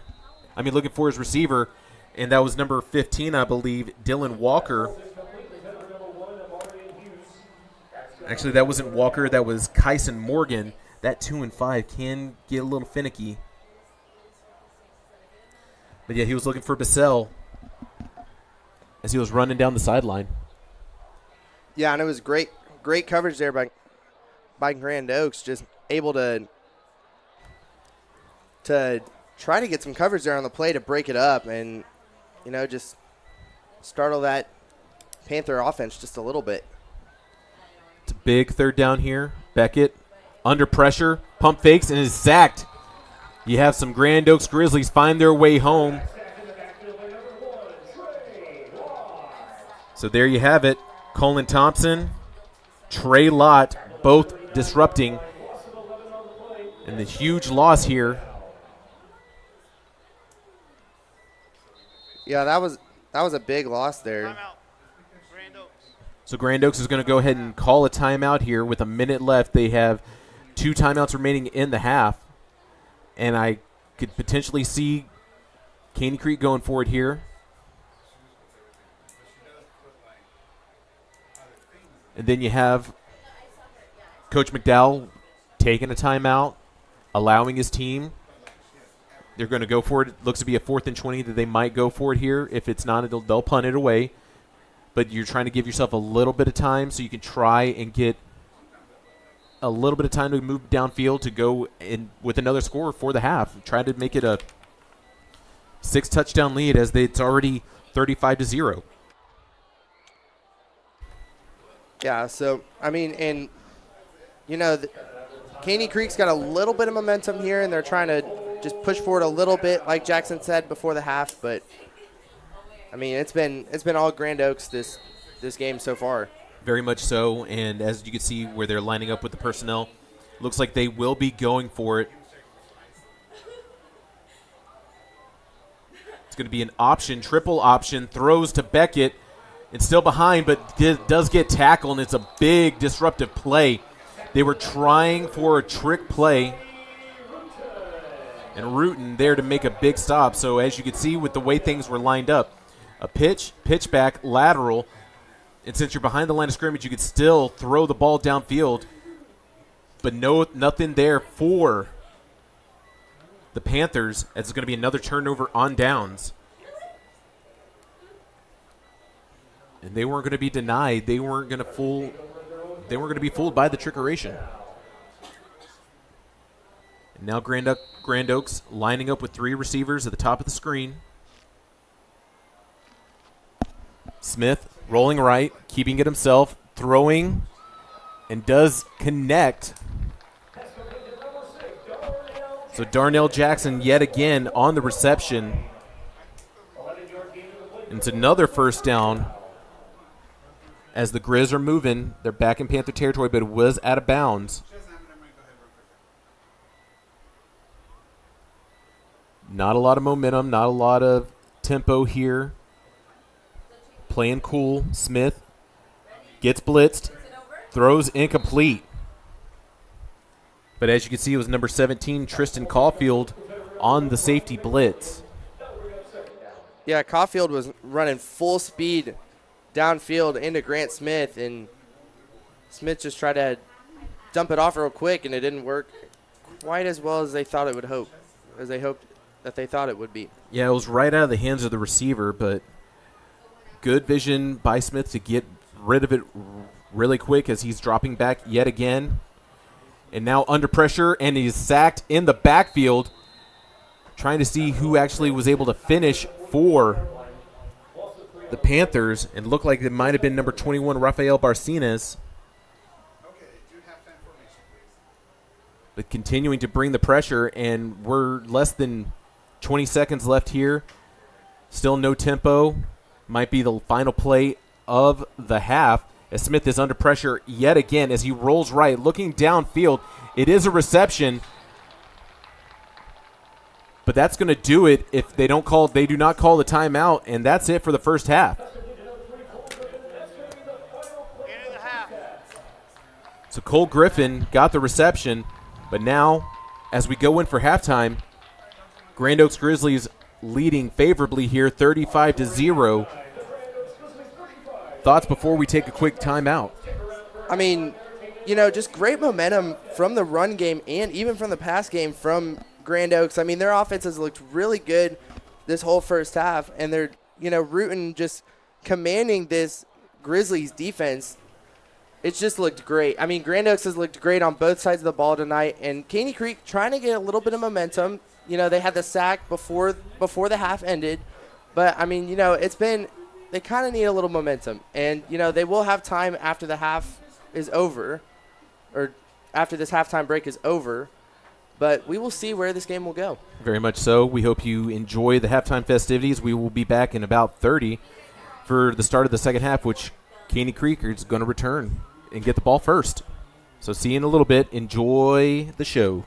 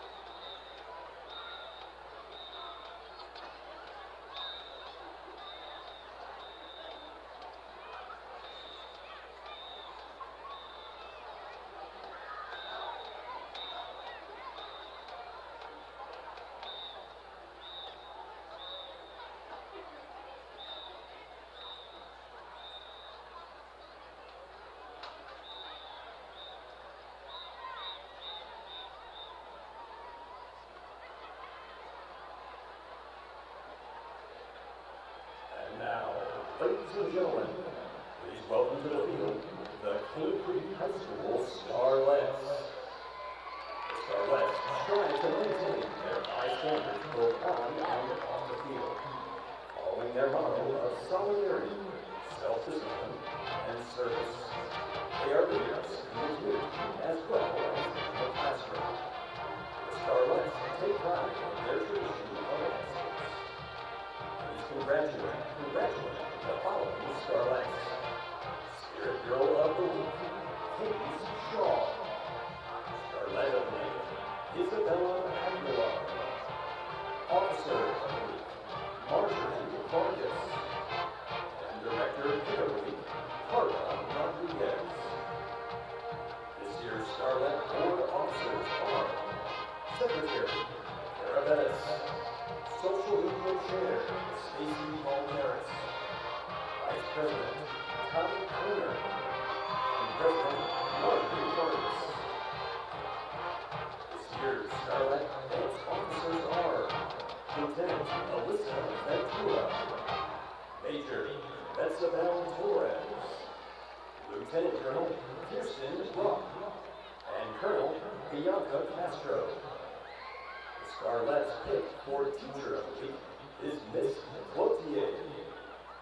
This week, the Starlets will be doing a stringer jazz routine to Give Me Everything Tonight.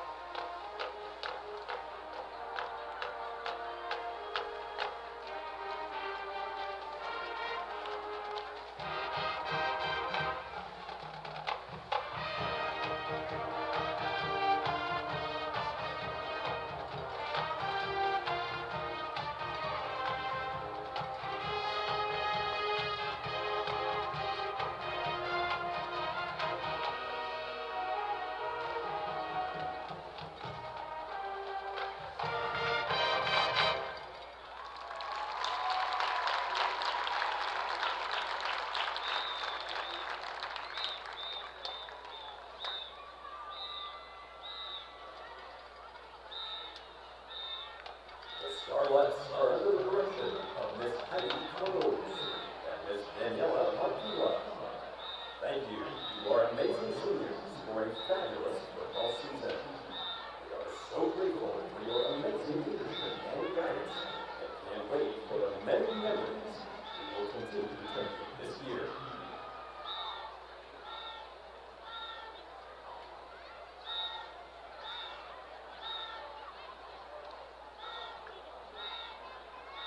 Now, please welcome to the field the Caney Creek High School Mighty Panther Band and Color Guard.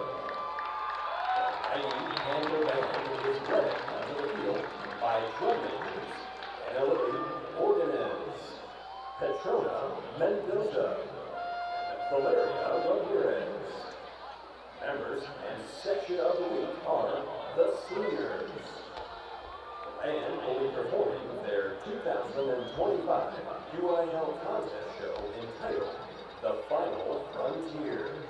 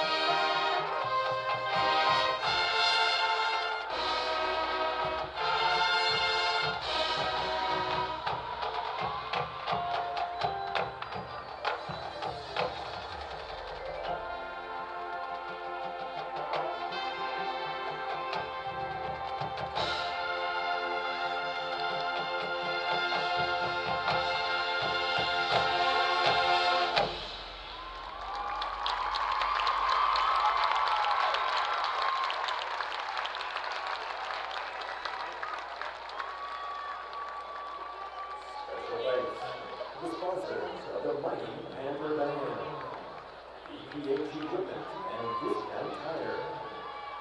A special thanks to our senior band and color guard members.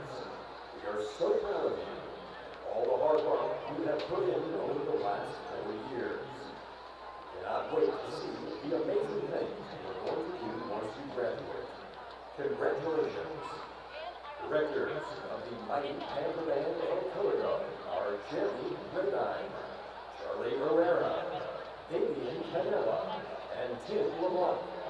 The principal of Caney High School is Dr. Jeff Siegler. Superintendent of Conroe ISD is Dr. David Nielsen.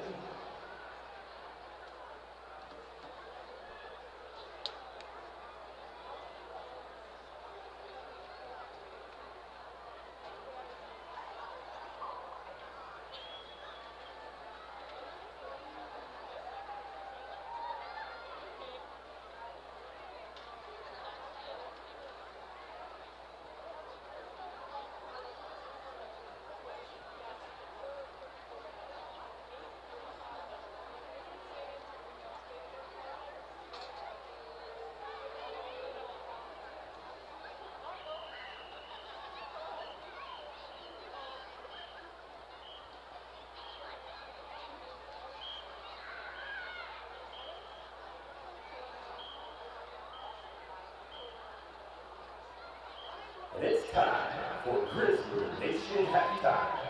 Good evening, ladies and gentlemen.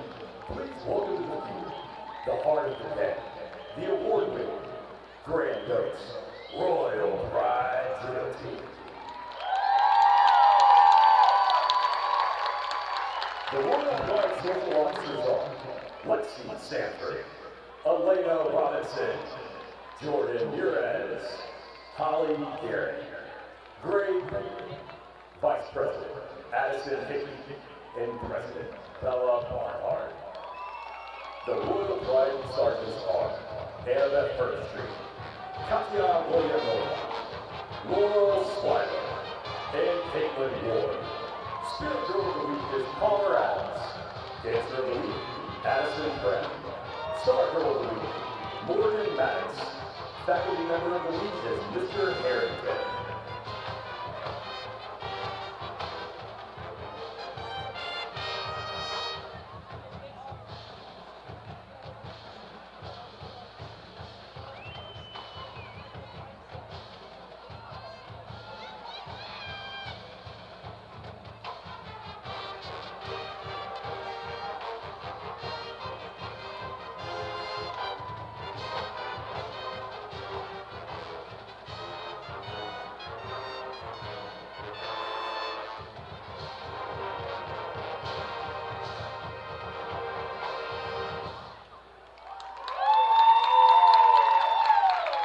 The Royal Pride Dance Officers are Lieutenant Jara O'Farrell, Lieutenant Hope Farmer, Senior Lieutenant Carly Rogers, Senior Lieutenant Samantha Biondo, First Lieutenant Risa Heaver, First Lieutenant Sydney Biondo, and Captain Amy Pinones.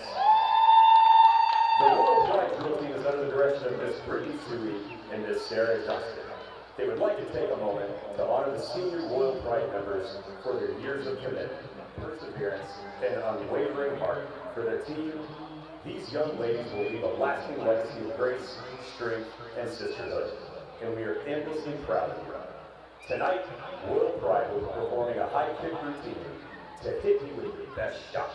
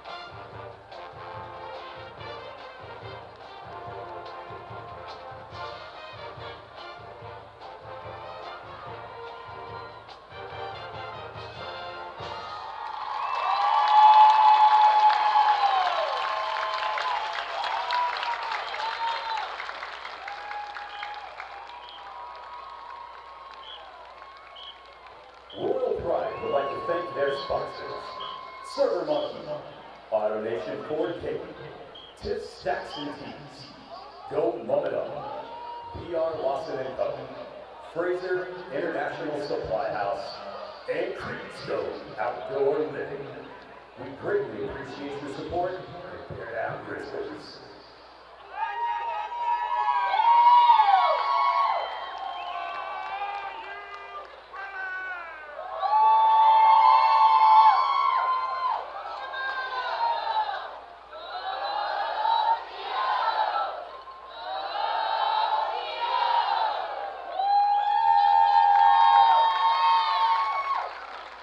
Ladies and gentlemen, please welcome to the field the Brandeis High School Grizzlies Marching Band and Guard. The Brandeis High School Marching Band is under the direction of Michael Flake, lead stoner, Hunter Norman, percussion director Israel Lopez, and telephone director Coach Black. The band is under the field with senior drum major Peyton Henry, senior drum major Eddie Williams, junior drum major Miller, junior drum major Miller Moran. The color guard captains Izzy Butler, William Sonier, Peyton Sumner, Sadie Brothers, and City Brothers. The Brandeis High School feature forward, 7-time national champion Billy Easter. Also a silver medalist, judging the Team USA World Championship for summer and turning good. Billy was coached by Caney and Katie McIntyre. This season, will perform Chosen, Try for Time, and Not a Day Goes By on their 2025 competitive marching show, Like That Rock.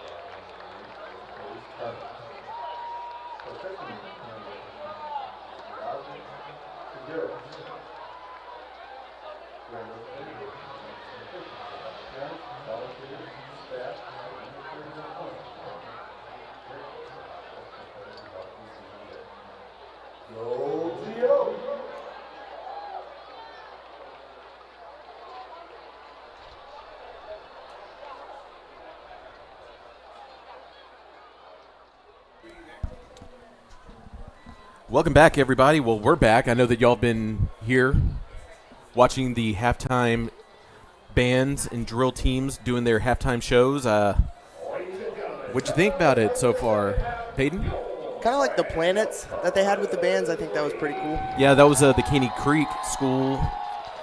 The library aesthetic was very interesting from Grand Oaks. I actually liked it. It's those set pieces are massive. Yeah, and they do take months to build, so I mean it is pretty impressive. Now, whenever you were in band, did y'all build the sets, or did y'all hire people to do it? So we had the band parents built it, and then Oh. we were the ones who went up on during this like the weekends, and we painted everything. So y'all put your parents to work, and then y'all finished the job. So y'all got partial credit, is what you're saying.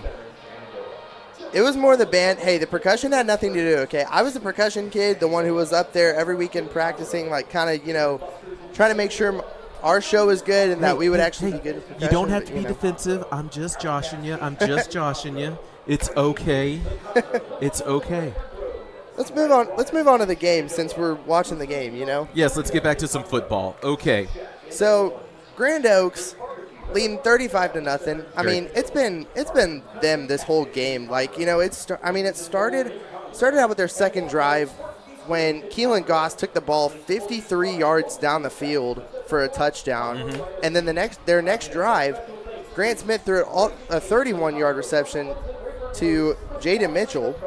And it was a free play because one of the only penalties, well, it was declined, but yeah, it was a free play because offsides was the Panthers were offsides, and when you have a free play like that, great quarterbacks, great football IQ, go ahead and take the chance on the deep ball, because even if it's going to be an interception, what you're going to get is 5 free yards instead if it's going to be a turnover.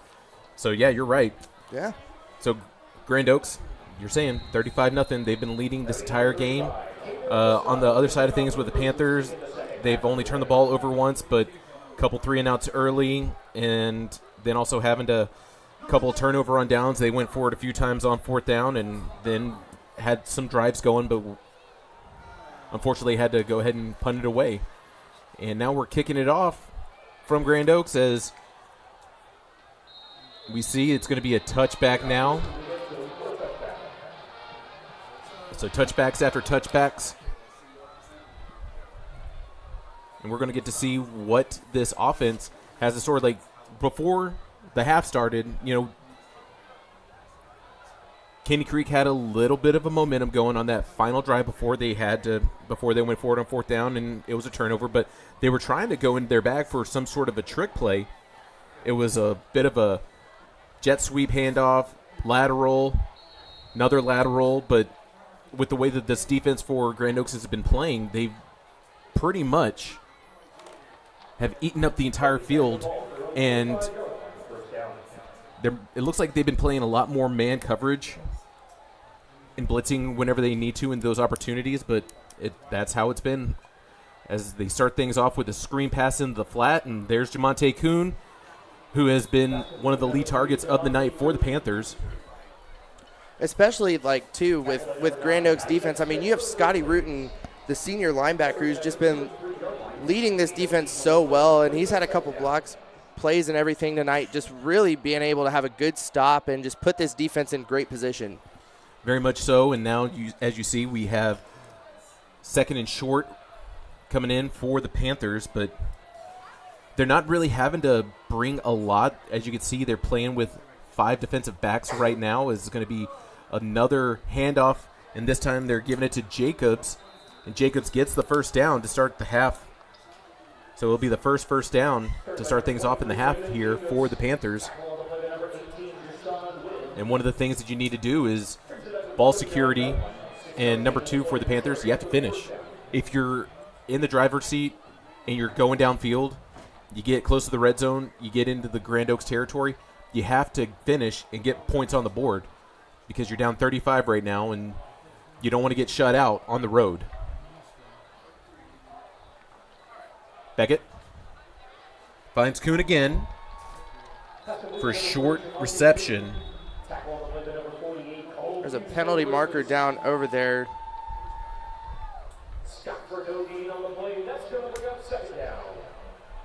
During the play, personal foul, face mask, defense, number 18, 15-yard penalty, end of the run, automatic, first down.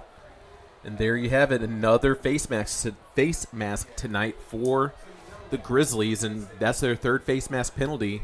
And for the first half, they had 7 penalties for 60 yards, and now that's 7 for 75. That's something you need to clean up moving forward, especially coming into next week. 8 penalties.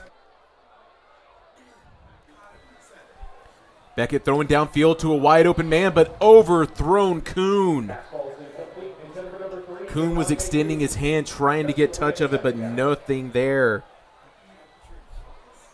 I think the other thing, too, that just contributed to that incompletion was the fact that, Beckett, the pocket around Beckett was collapsing as he was trying to throw that football. It's kind of close there, but, it was just short. Yeah, he was hurried there, but you have to look at things moving forward for the Panthers this late in the game. As another pass check down over to Worthy. As he checks it over to Worthy, and it's going to be now a 3rd and medium, so something nice right there. But if you go back, and I'm saying, looking at Peyton Beckett, how he's stepped up and come in for some games this season, he's only a sophomore. Obviously, you're a very young quarterback playing against a lot of older upperclassmen that have, and coming in pretty cold, not having a lot of reps with the team.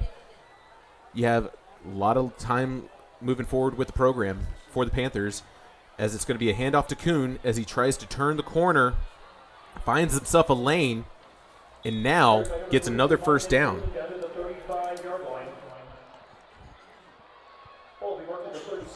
And coming into tonight's game, too, I'm going to look at the –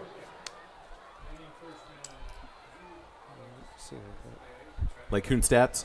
Yeah, I'm going to look at Kuhn's stats real quick.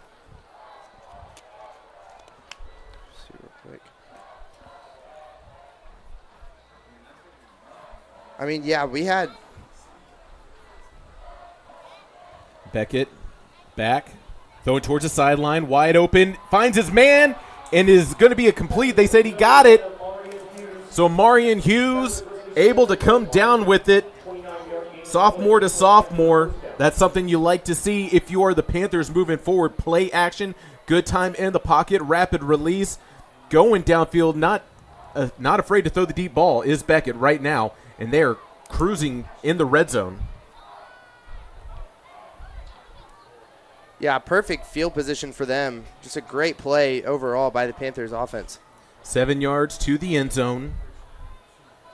Kuhn in motion again. Jacobs gets the handoff, but stopped at the line. Maybe it's going to be a loss right there. A 3-yard loss for the Panthers. That was Colin Thompson on the stop, the senior defensive lineman. Yeah, number 28, Colin Thompson. He's one of those verbal commits right now to Texas State, according to, don't want to give them a free plug. But Beckett with a quick pump fake pass. Under pressure, throwing to Kuhn, overthrows his man. It's going to be a 3rd and 10. So right now, if you're looking, I know that you have Logan Massey, one of your kickers. You're in field goal range, and then you have Juan Perez also, who could potentially be one of your field goal guys. Whoever has the hot leg, going to favor them. But right now, 3rd and 10, all you need is 10 yards to find the end zone. Grand Oaks, 4 down linemen. Throwing, finds his man, in for the touchdown. There it is. Raymond Jacobs.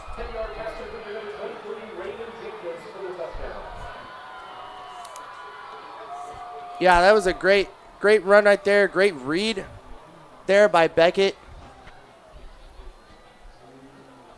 We will have the replay for you after the extra point to try to look at that again. That great little short pass play there for the touchdown. And waiting to get lined up here. Play clock at 15. So right now, Caney Creek has 6. Snap, hold, kick. So Ethan Oviedo actually comes in for the extra point, and it's good. And we're going to break down this play for you. Take it over Peyton once it comes up on the screen. Yeah, let's take a look at this replay real quick. I mean, you see Peyton Beckett, he's throwing, and you just see Jacobs was just wide open. You know, number 30, Kevin Ross was trying to have him on the coverage there, and he just missed it as Beckett was able to just get a short pass to thread the needle on that wheel route there. And that'll give Caney Creek on the board for some little bit of momentum there. Yeah, you're coming out from the half. You're able to move downfield. Good time of possession. 3 minutes, 35 seconds, able to get a score. A couple first downs. And one of the big things that kind of helped this drive out a lot, well, you had the 15-yard face mask. You're pretty much pushing yourself right there close to midfield. So now you're working with 50 yards instead of being down in your own territory, having to go around 80 yards. So there you go. And Peyton Beckett, looking at the stat sheet, he came into tonight he was 27 of 60 with 244 passing yards. So, I mean, he's finally getting himself another line of stats for him. Yeah, he's adding on to those stats, and Beckett coming in a little bit as they go for the onside kick, and it is going to be recovered, and it looked to be that was Kevin Ross able to get a hand on it, but we do have a flag near the Grand Oaks 39 as we're going to wait to see what they're going to say. But, yeah. Now, offsides on the kicking team. The ball will be placed 5 yards from where the ball was recovered. First down, Grand Oaks. So with the penalty on the attempt at the onside, that's only the third penalty tonight for the Panthers. But, yeah, Beckett coming in. He's a backup quarterback. As you can see, Caleb Marshall, junior quarterback, is injured. So Marshall and Beckett were splitting some reps. Beckett being the lead guy right now, but able to step up and get a touchdown, able to bring the Panthers on the board instead of being shut out as Smith is in the pistol with an option. They're going to hand it off. And this time it looks to be – who was that? That was number 48, Cole Hughes, I believe. So the linebacker – 49, I'm sorry, Cole Brawley. You know, from up here sometimes those numbers get bunched. Very unfortunate, but in the backfield now we do have Jakari Andrews as they hand it off to Andrews, and he's got some quick speed as he turns the corner just short of the first down. I would have to say if I were to give him a little bit of a comp, and no pun intended, because you could see from his size in the backfield, but it's kind of a Darren Sproles. Do you remember Darren Sproles whenever he used to play for the Chargers and the Eagles in the NFL? So small back, but a lot of quickness. Third and short here. Handoff yet again. Plenty of space as he cuts back up the field, and he's going to try to get in for a second touchdown of the night, but is denied short. But Andrews is in the red zone here for the Grizz. He looked like Keelan Goss on that play. Wow. He's got some quickness. Definitely do not count out his size. That's one thing for sure. And let's look at the replay here. The delayed handoff as he cuts upfield, and you see him able to turn and move back up, and he had his vision Like Andrews was looking for that end zone, just short. But they're going to keep him in the backfield. But this time, they're feeding it over to Brawley. And Brawley's in for the touchdown.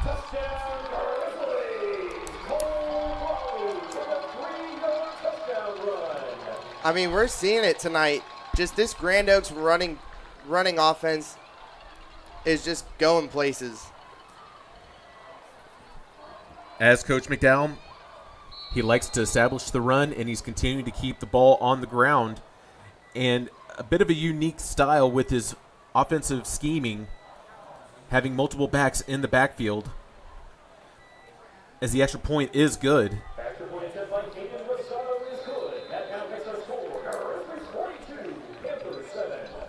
You ready to break it down for us here?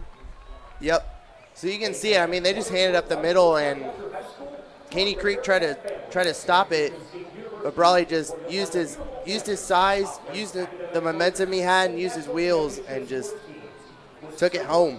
And Brawley had a carry earlier in the drive. Hadn't seen much of him tonight. He's another one of those hybrids on the roster, like Paxton McCutcheon, but everyone being senior night, a lot of the seniors are getting some touches. And as we're close to being midway through the third quarter, and that's what we talked about earlier in the second quarter, how long are you going to keep your first string guys in, and when are you going to go ahead and make the decision for those substitutions moving forward?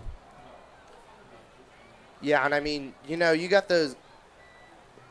Yeah, like we were talking about, like there's only a certain amount of time to where you can leave your starters in. You want to have your starters in, but also time you want to get your second string. You want to get your reserves some reps as well.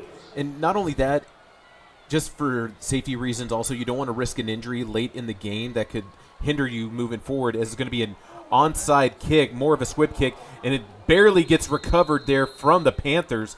It went through two defenders, but there you have it. Amarian Hughes able to fall on it. He's a little slow to get up, but he's fine as he's running back towards the sideline. And we're going to go ahead and see, following their touchdown, their first touchdown of the night, what the Panthers can do with this field position. They're far back. One of the second times, I think this is the second time they've been this far back tonight. Usually they've been they've touched the ball back quite a bit, so they've been starting off near the 25, but now you're inside the 20. And if you're going to be the Grand Oaks Grizzlies, you're going to want to bring some pressure, send the guys, and try to disrupt a little bit of Peyton Beckett in the backfield. You don't want to give him enough time to find his footing and go through his progressions and get another touchdown on you. Here comes the offense. Beckett looking to his left, running to his left as he gets stopped behind the line of scrimmage. It's going to be a sack. That is number 58, Solomon Awuna.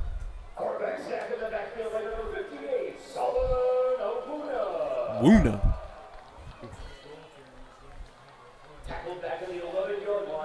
So that's a massive loss there.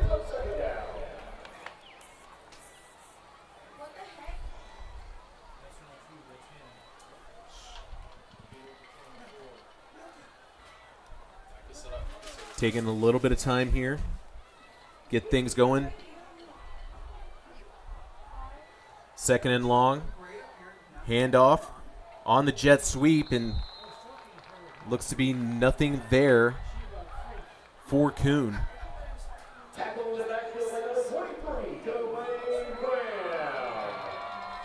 Yeah, I mean, you're just seeing that Grand Oaks just has full control right now, and Caney Creek is trying to get any yards here, but they are just getting nothing. I mean, you're just seeing the strength of this Grand Oaks defense, and it's showing up a lot right now. Yeah, they're pushing them back, and it's a very you're kind of like looking, and you don't want to, especially coming out of a shotgun spread formation, having to get rid of the ball quick, but you don't want to risk getting sacked back there. It's going to be another incomplete pass.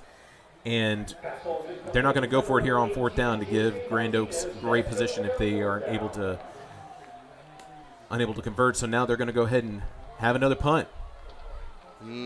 Punts. But I mean, also at the same time, like with this play, when you're back deep in the end zone, you also, if you don't convert, you don't want to risk giving up a safety, because that would also be really bad position here for Caney Creek, and it would only just give more points to Grand Oaks. And not only that, if you can see how far back he is in the end zone, it's not your routine punt position, as it's a nice booming punt. Good hang time.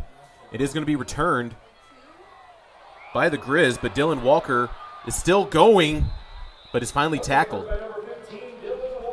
Thought Walker was tackled at first and able to break out of it and get a little bit of a return. Trying to see if that is a orange towel.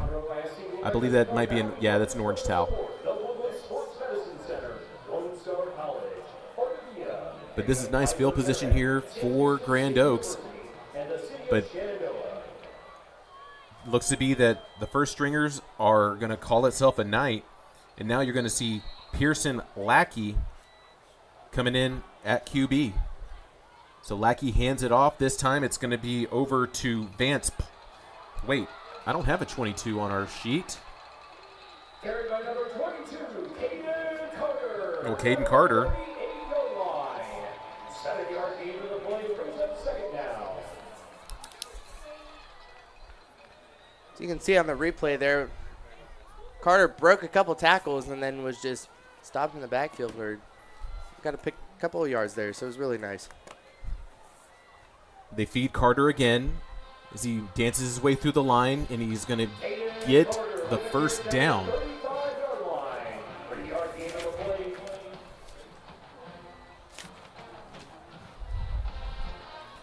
So they get the fresh set of downs here.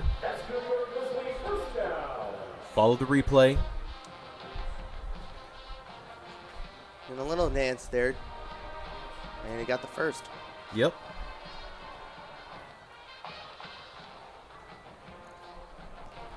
Out of the pistol. Going to be another handoff to Carter. And Carter gets denied. He's going to get pushed back for a loss. And that brings up a second and long here.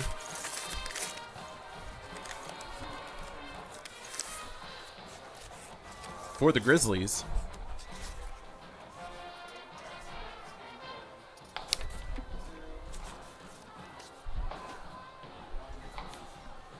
They're looking, taking their time, trying to run the clock as much as they can. Play clock, close to 5. And he's going to be sacked in the backfield, and looks to be number 0, Xavier Martinez, getting Lackey.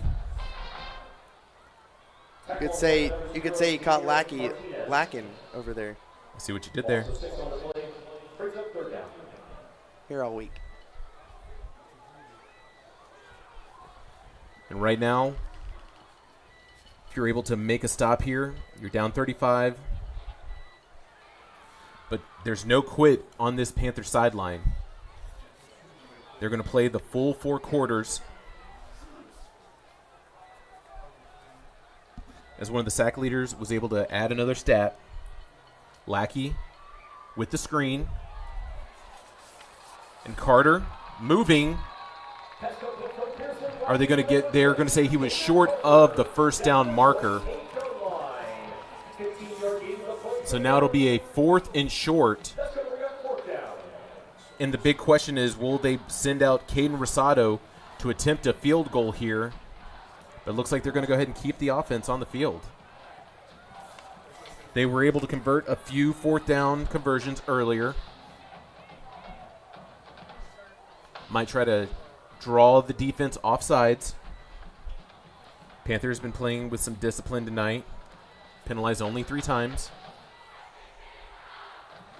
Another handoff to Carter, able to get the conversion. Carried by number 22, Caden Carter, down to the 24-yard line.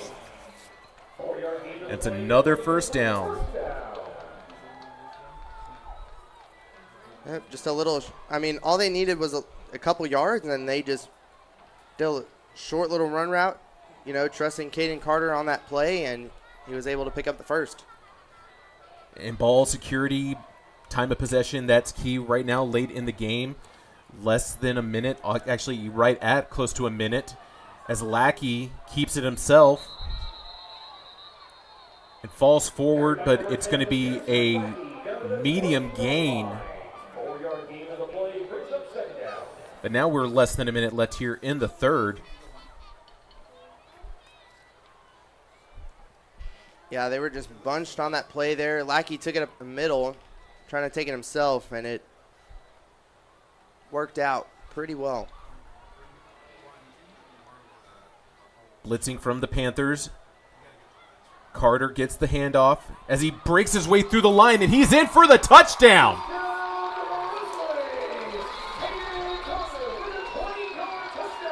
So Carter gets 20 on the ground.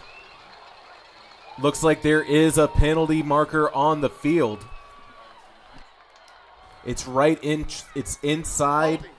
Yeah. Offense, number 88, 10-yard penalty from the spot of the foul. Repeat, second down. So the spot of the foul was right around the 7-yard line near the Caney Creek sideline. So you got the hold. So the touchdown will be nullified as we now have a 2nd and 3, looks like. Braden Davis lined up at the top of the screen. Another handoff to Carter. He gets himself inside the 10.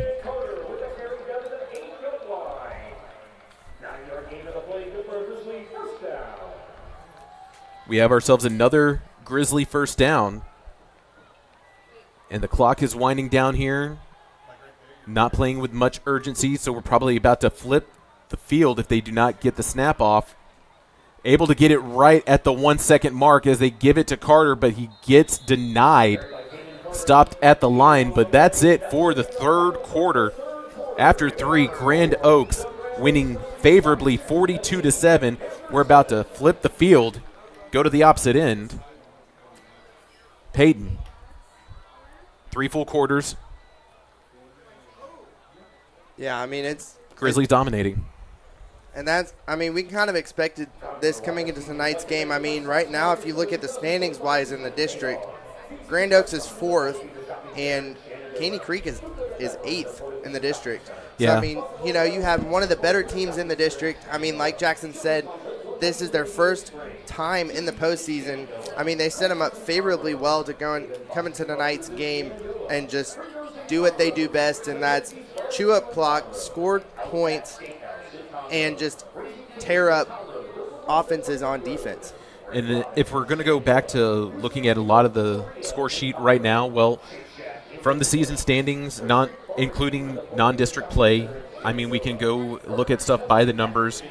And looking at a couple matchups tonight, well, College Park favorably are winning the district. They have been undefeated all season, and it shows like how much that team has played very well this season. Last night, Woodlands closed out their season winning over Oak Ridge 28-7. Right now, College Park, they're leading against the New Caney Eagles on the road. Actually, no, they won last night. I apologize, 43-3. And then looking at the Tigers, they're leading against Cleveland right now, 56-6, just north of us over at Moorhead Stadium. And then right here, right now, Caney Creek Panthers losing to the Grizz 42-7. But now they're in the red zone, 12 minutes left in the contest. 2nd and 7. They haven't really, now they're going to call the whistle to start the play clock.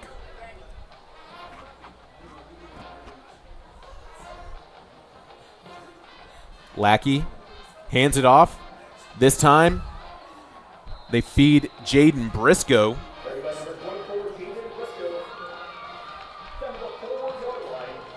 Briscoe short of the goal line. It'll be a 3rd and goal at the 4. They give it to Briscoe again, and he gets stuffed at the line, but there is a flag late thrown.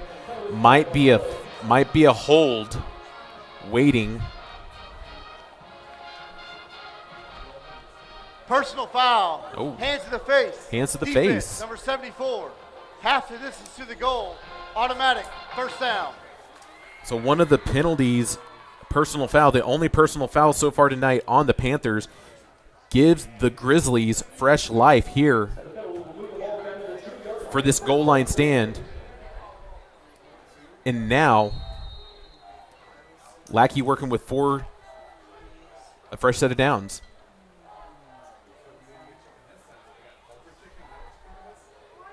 Hand off to Briscoe again as he gets stopped behind the line of scrimmage.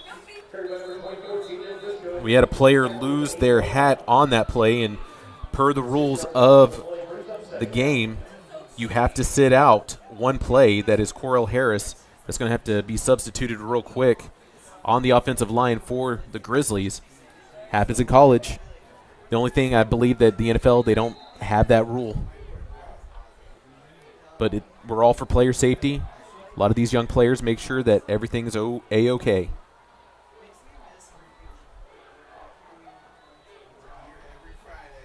Lackey gives, turns, touchdown. And this time, Caden Carter will get the touchdown.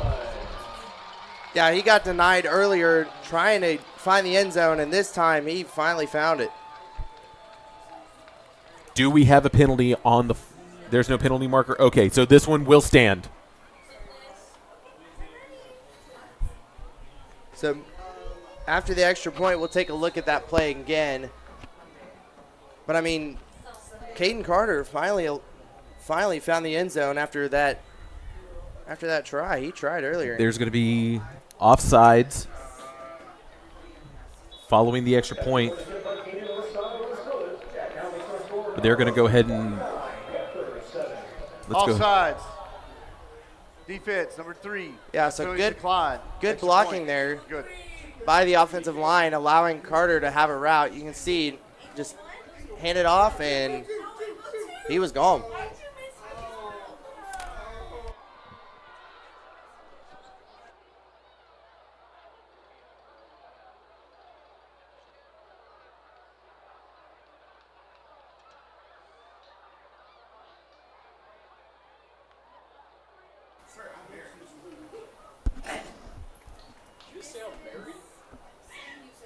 And there we go. Grand Oaks leading 49-7.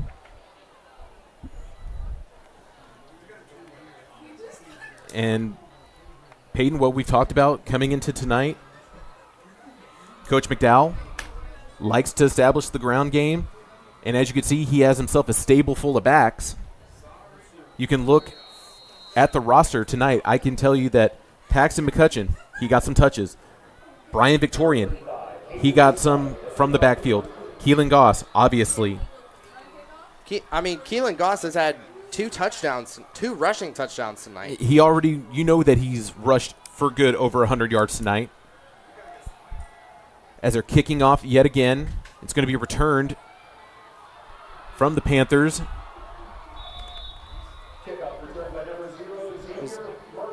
So Xavier Martinez actually in on the return game, letting the senior play some special teams.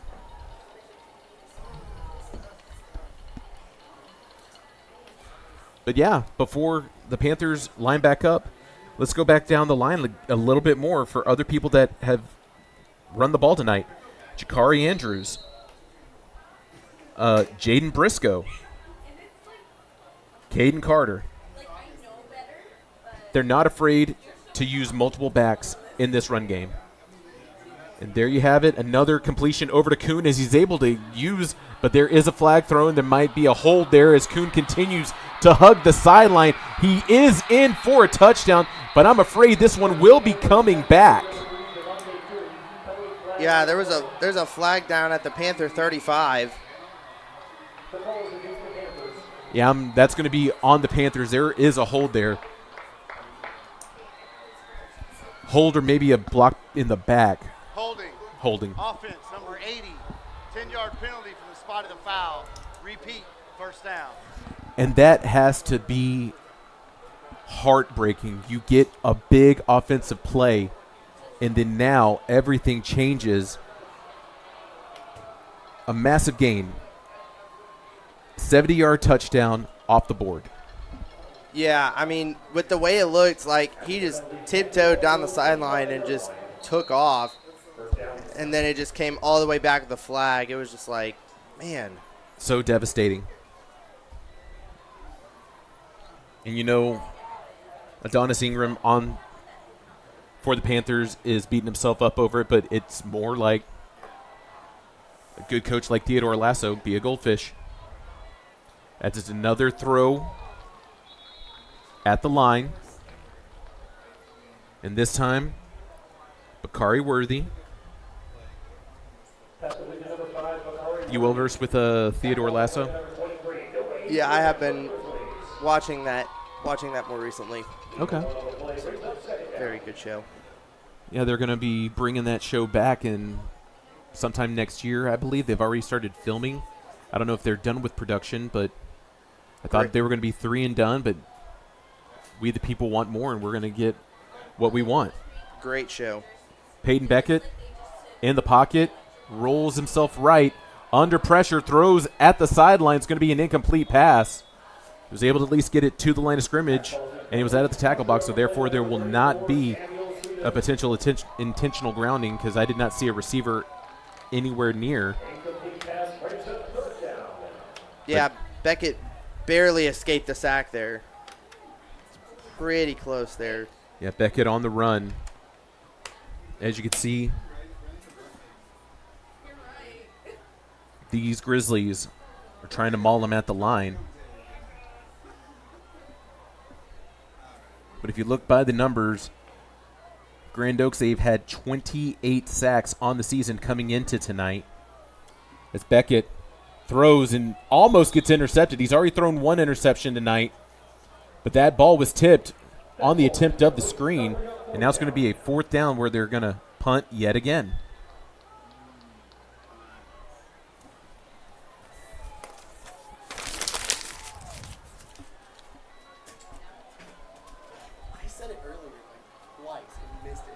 And here they come.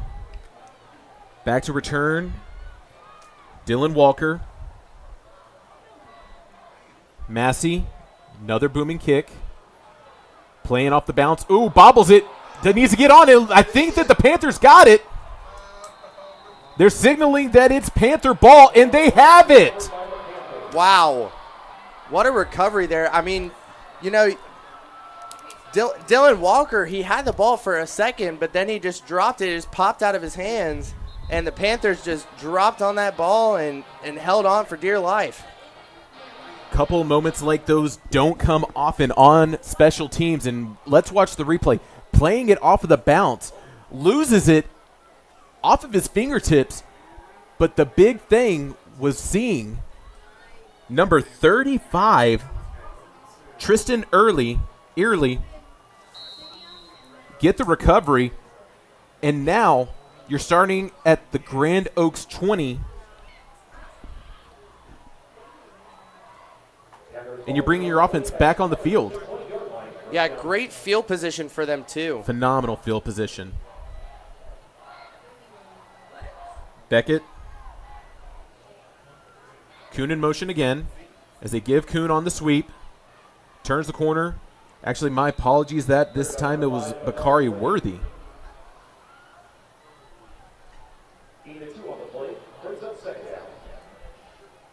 Short gain from the jet sweep.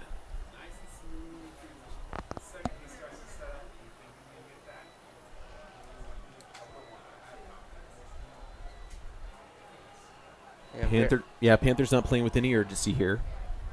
Trying to get the play clock at 15. 4 receivers. Beckett under pressure, throws down to the corner route, and it is incomplete out of the hands of Worthy.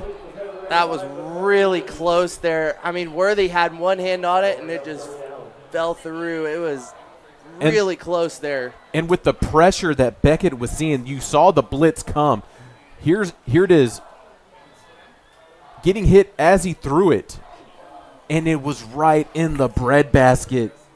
It was right there, and it just fell out. It was really close. I think that was 48. Cole Hughes coming around on the edge.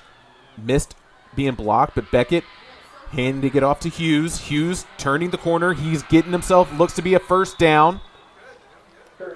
And the Panthers are moving the chains. Fresh set of downs here. Now inside the 10. Last time they had 10 yards to go. And yeah, last time they had 10 yards to go, they had a reception touchdown off of that. So, yep. I mean, Beckett to Jacobs. Gave him perfect time and just a little bit of momentum. As long as you can succeed in the red zone and put points on the board as they hand it off this time. I think that was Hammond. No, I'm sorry, that wasn't Hammond. That was Jonathan Javier. Haven't seen Javier that much in the second half. Number 28, Jonathan Javier. Tackle on the play, number 58, Solomon Okunga.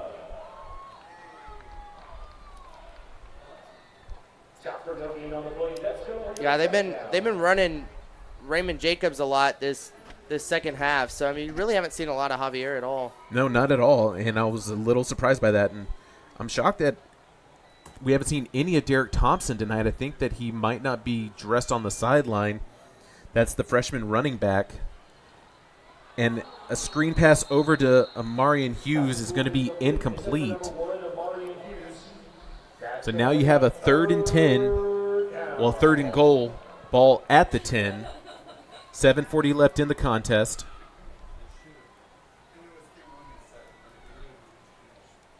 Four down territory here for sure for the Panthers. Looks like they're going to go ahead and take their first timeout of the half. Timeout. Caney Creek, first timeout of the half. So, Peyton, if you are the Panthers here, you've seen what this offense has been able to do tonight, when they've been able to execute. Who on your sheet are you zoning in on if you're going to pass? Who's your guy? I think definitely, starting off, definitely Bakari Worthy, maybe Amarian Hughes. Even that, or even just to put points on the board since it's 3rd down and you're in deep. I mean, maybe send out Massey and try to get a field goal to have some points on the board. I mean, we've seen what this Grand Oaks defense has been able to do tonight. They've been able to stop the pass. They've only given up 1 touchdown. Mm-hmm. So, I mean, if you have to, Coach Heineman, if he has the option, I think he might take the field goal here. Beckett, plenty of time under duress as he's running away. Finds a man wide open, but there is a flag thrown late. But that is Jamonte Kuhn for the touchdown. He had one earlier that got marked off the board. We're going to wait and see what happens. They're going to say this one was on the Panthers.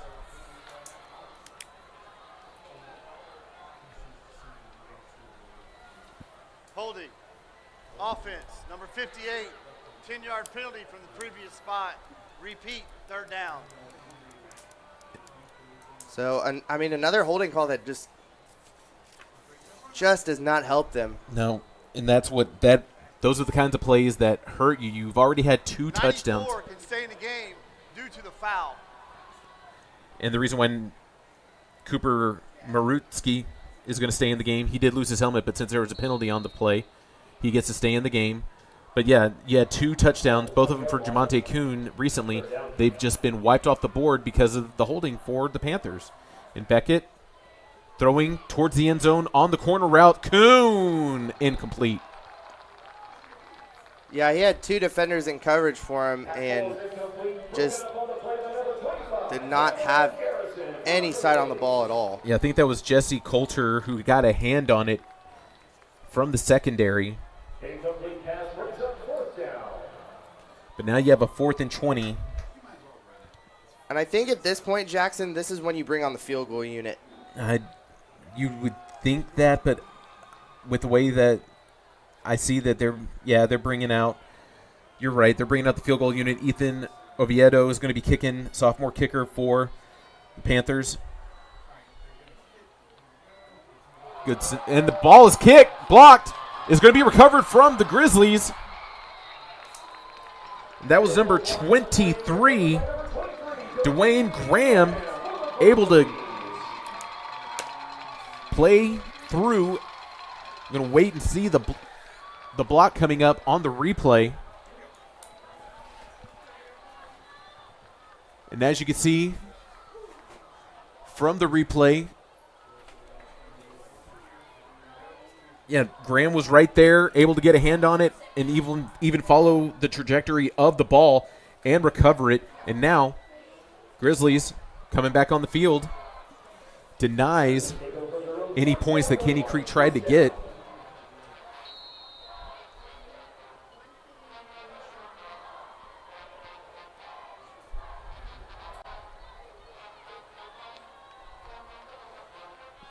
Here's the give to the running back right here. Big hit. But that was number 14, Jakari Andrews. And now we're seeing Jake Mize in at quarterback for the Grizzlies. Seniors getting some reps on senior night.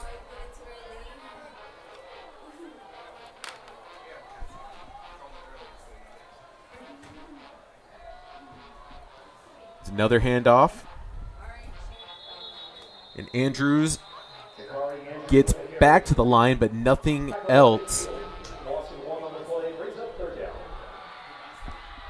Yeah, that O-line, I mean, you could just see it by the end of the play that they were all just bunched up at where Andrews tried to run, and there was just nothing there for him to even run through. Right now, haven't really called Cook's name tonight from the linebacking core. It's another handoff. Andrews. Actually, this time it's Carter. And the Carter gets himself a first down.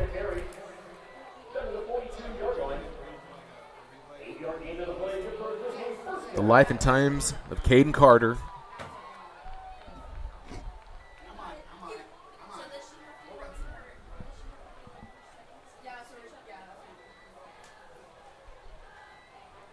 Right now, Grand Oaks, go ahead.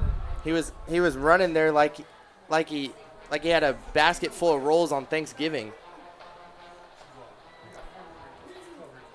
Speaking of Thanksgiving coming up, big hit there. Tristan Caulfield blitzing on his way at the line for a short gain on the Carter. So you're looking forward to Thanksgiving, huh? Yeah. Now, are you more of a sides guy or are you all about the turkey? I'm a sides guy, and my family does some pretty good sides. I will say that. What's your top side? What do you go for? Definitely the green bean casserole. Definitely the stuffing kind of guy. Carter with the handoff. Gets maybe 3. All right. I was having a conversation with my wife earlier, and I don't know this. What's the difference between dressing and stuffing? Would you happen to know off the top of your head? I do not know off the top of my head. Yeah. See, I don't know that much either, but I call it dressing. I don't call it stuffing. I've always called it dressing. I think it just depends on where you were born and raised, because I feel like in the north they call it dressing, and down here in the south we call it stuffing, but I don't really know exactly. Well, the main difference is where the dish is cooked. You are correct. And Mize throws, able to connect with his receiver. He's going to go. He's keeping it on his feet. He's in for a touchdown. Braden Davis. Mize to Davis, in for a touchdown, and Grand Oaks extends the lead right now, 55-7. Beautiful play there.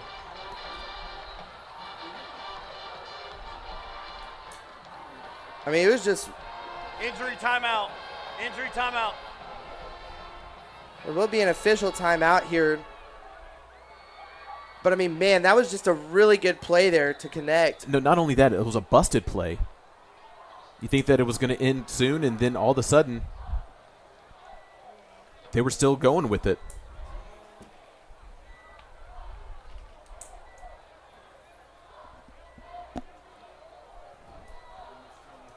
But we're waiting for the extra point.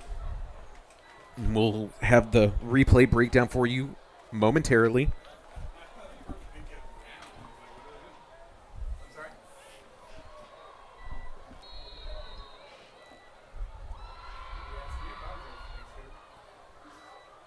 Rosado back to kick.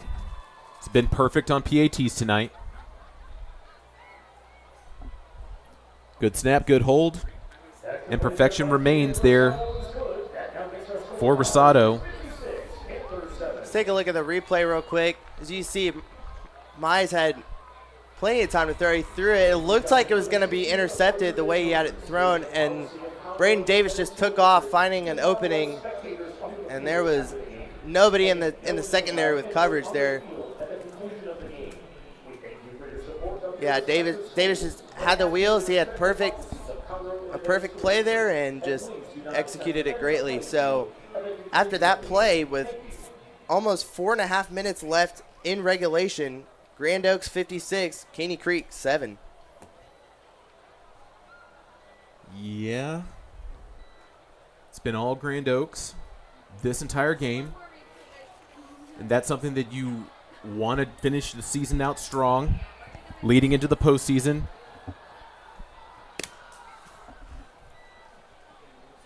And I did learn a little something in between there while you were breaking down that replay. So,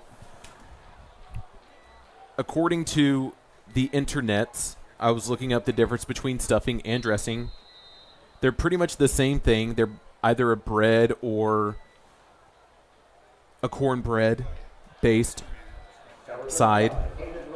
But the stuffing is typically stuffed inside the bird, not to go too graphic as they're kicking off right here for the high pooch kick. It's going to go out of bounds for another penalty. But where the term is, where we can see regionally, the southern states, this is according to the internet, if you Google it, regional in southern states, dressing is a more common term. Caney Creek. And then they call it stuffing in other areas, but something you learn while watching football. But so you're stuffing in green bean casserole, guy. Yeah. And then my uncle would make this like cheesy potato kind of mix, and it's pretty killer. I mean, he told me that he'd have to do some questionable things before he would give me the recipe. But oh, okay. Beckett hands it off. And that time, I believe that was Hammond on the run. Hammond on the run.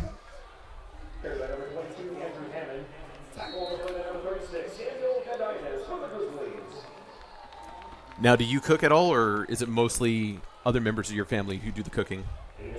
It's mostly my grandparents.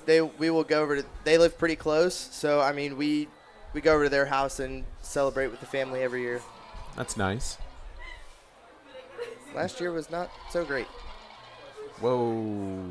Almost a fumble with this handoff as they were given to Dane Cook. Yeah, my grandma lost her footing on the steps last year and cracked her head open. Oh, no. And was taken to the emergency room. She was fine. She had stitches in her head, but it kind of threw off our Thanksgiving, so it wasn't not as great. Yeah, that's not an ideal Thanksgiving. You don't want to spend Thanksgiving in the hospital. Kuhn with the reception. Evades a tackle, running down the sideline again. He wants that touchdown before the night is over. And Kuhn getting the Panthers back in close to the red zone. I'm going to wait to see where they spot him as he was pushed out of bounds near the 26. Do you cook at all? I don't. I help with my little cousins because they are Okay. pretty crazy. Beckett, low snap, throws, finds Worthy. Worthy breaking tackles. But there is a late flag thrown. Well, for me, back on the subject of Thanksgiving, I pretty much have taken over and cook the entire meal Personal myself. foul, face mask, defense, number 58, half the distance to the goal, automatic, first down. Man, I mean, if you're in Grand Oaks, you You need to clean up the penalties moving forward. gotta watch the face mask. That's a big thing that has been giving up a lot of yards tonight for sure.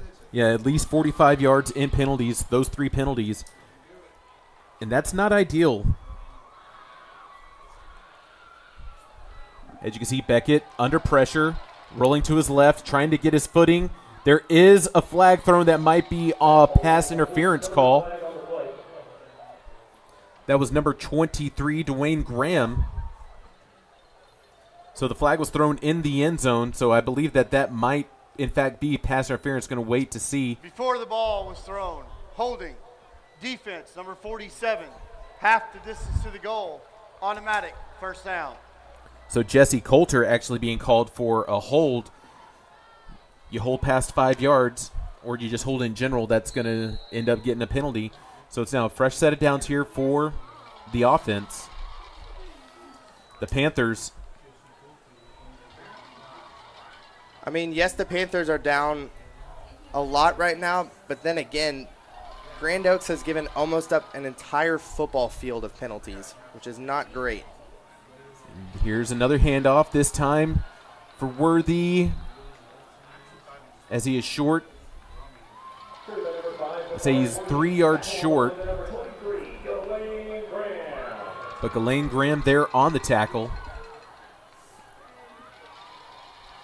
And right now, 2.5 minutes left in the game. We are less than 30 seconds before the 2-minute timeout.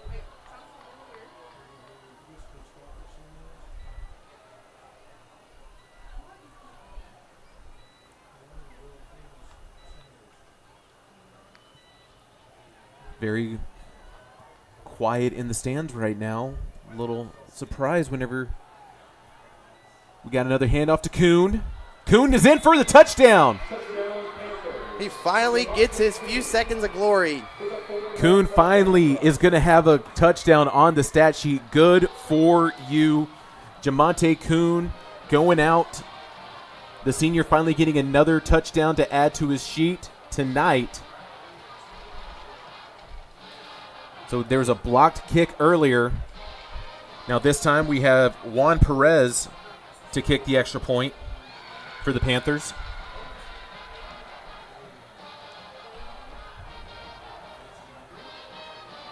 And the kick is good. It was a bit of a low snap.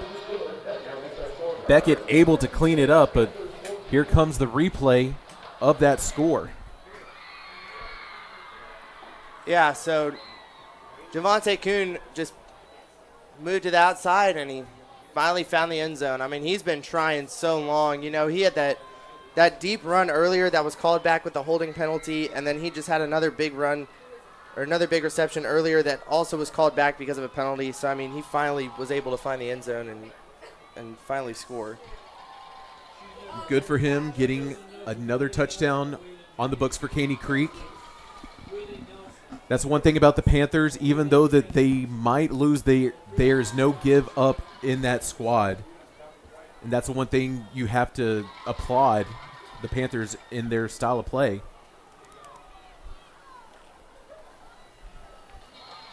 They're playing until the clock winds down to 0. And right now, ready to kick it off yet again. Wouldn't be surprised if there could be a potential onside again. But instead, they're going to go ahead and boot it back because the way that the Grizzlies were playing, you were expecting they were looking for maybe some form of squib kick, onside kick, but this is going to be a touchback now. And then you'll have one play, then the 2-minute timeout.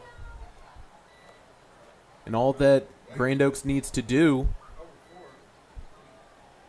is get himself a first down, and then you can go home once the clock winds down to 0. And a little bit of a score update, just looking at things from the northern side from us tonight, that the Conroe Tigers did end up winning 63-6 over the Cleveland Indians. So great night for the game up north of us as well.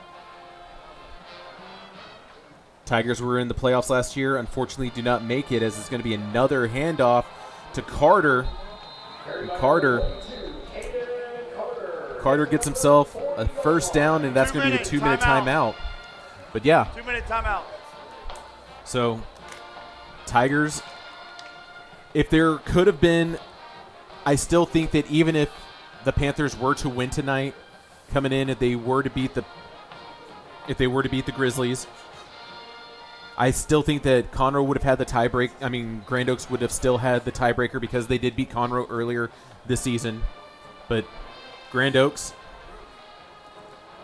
getting their first playoff berth in program school history. Something to be proud of for this team, especially in the third season under Coach Sean McDowell. And by the way things are looking, he's going to be regular season 16-14 going into next year. But he still has some postseason football left. And that's the one thing that you got to be happy for. If you're any school in the district, you get to continue to play football all the way up to Christmas. That's what the final goal is, hoisting that trophy come the end of the year.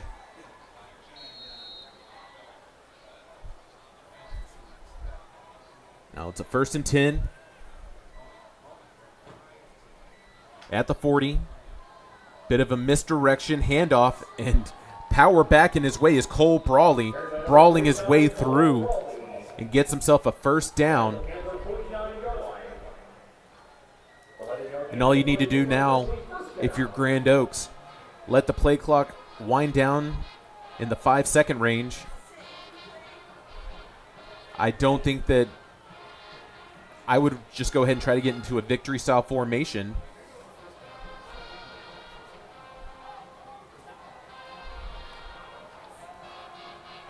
As they're bunching in. Play clock under 5. And that's going to be a delay game.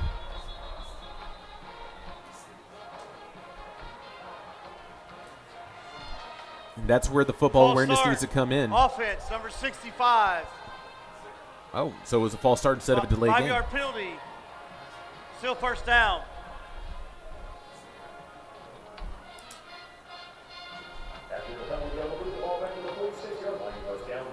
I mean, the penalties are really hurting Grand Oaks tonight. I mean, I have right now on my sheet that they have 97 yards of penalties tonight. Just not a spot you want to be in if you're Grand Oaks. Another handoff to Brawley. Brawley gets those yards, half of those yards back. We are under a minute left here in the game. And this should be the time where you have 2 more snaps, and that's going to be it. But Peyton, before we call it a night, before this game concludes, final thoughts. I mean, Caney Creek really was the underdogs into this game, really just coming into this game. And, you know, like we anticipated, Grand Oaks had it, as there will be a handoff to Caden Carter, who's going to run up the middle and be brought down around the Panther 35-yard line. And I mean, really just, I think that's going to be the final play of the game. I mean, really just Grand Oaks had a lot of poise coming into this game on their high horse, and, you know, it shows. And with time expires, that'll be it. So Grand Oaks winning 56-14 over Caney Creek on this senior night with the final game of the regular season. And that puts them at 7-3. I believe that is their best record for a season. Last year it was a 6-4. Now they have a 7-3 record for this year. So another school best in the short infancy of this program. and of this school, but sportsmanship is key as everyone is exchanging pleasantries and wishing each other a good game as everyone shakes hands right at midfield, and pretty much, as you can see, sideline to sideline, massive group of people, massive group of players, coaches, everyone wishing each other the best. And while it's a final game of the season for a lot of these seniors on the Caney Creek side, just have to be proud of what you've done. This is a hard, grueling game every single year, all the time that you put into it, and nothing to be ashamed of. Very proud. I know that Coach Hyman is very proud of these kids out there. But Grand Oaks is going to get to move on as they get to play next week on the road. We will figure out, I believe it might be Aldine Nimitz. If it is Aldine Nimitz, I was looking up their stats. They are 9-1 on the year right now, so it will be one of the tougher opponents in the opposing district to move forward. But as you can see, we're having a lot of the highlights show throughout the game to conclude us for tonight. And Peyton, I appreciate the final thoughts, what you saw, and I agree wholeheartedly. It was a good game for the Grizzlies. They were able to move the ball through the air and do so much on the ground. And we wish the best of luck to the Grand Oaks Grizzlies next week and the other teams in the district that are getting to move on. The Woodlands, College Park, and Willis. Let's make the district proud as we try to crown a champion of 13-6A to make it to the final game of the regular season. I believe where they play in Dallas? Is that where they play, over Cowboy Stadium? I believe so. I think that's where it's played. Well, not Dallas, Arlington. But yeah. Frisco? I think like it's that. Arlington. Arlington, okay. But yes, it will be played in the Arlington, Texas area. Well, for the Conroe ISD Athletics Woodforest Bank Stadium stream, I am Jackson Cochran. And I am Peyton Reeves. Have yourself a great day, great rest of your night. Enjoy your weekend. Take care. We'll be back next week for the postseason.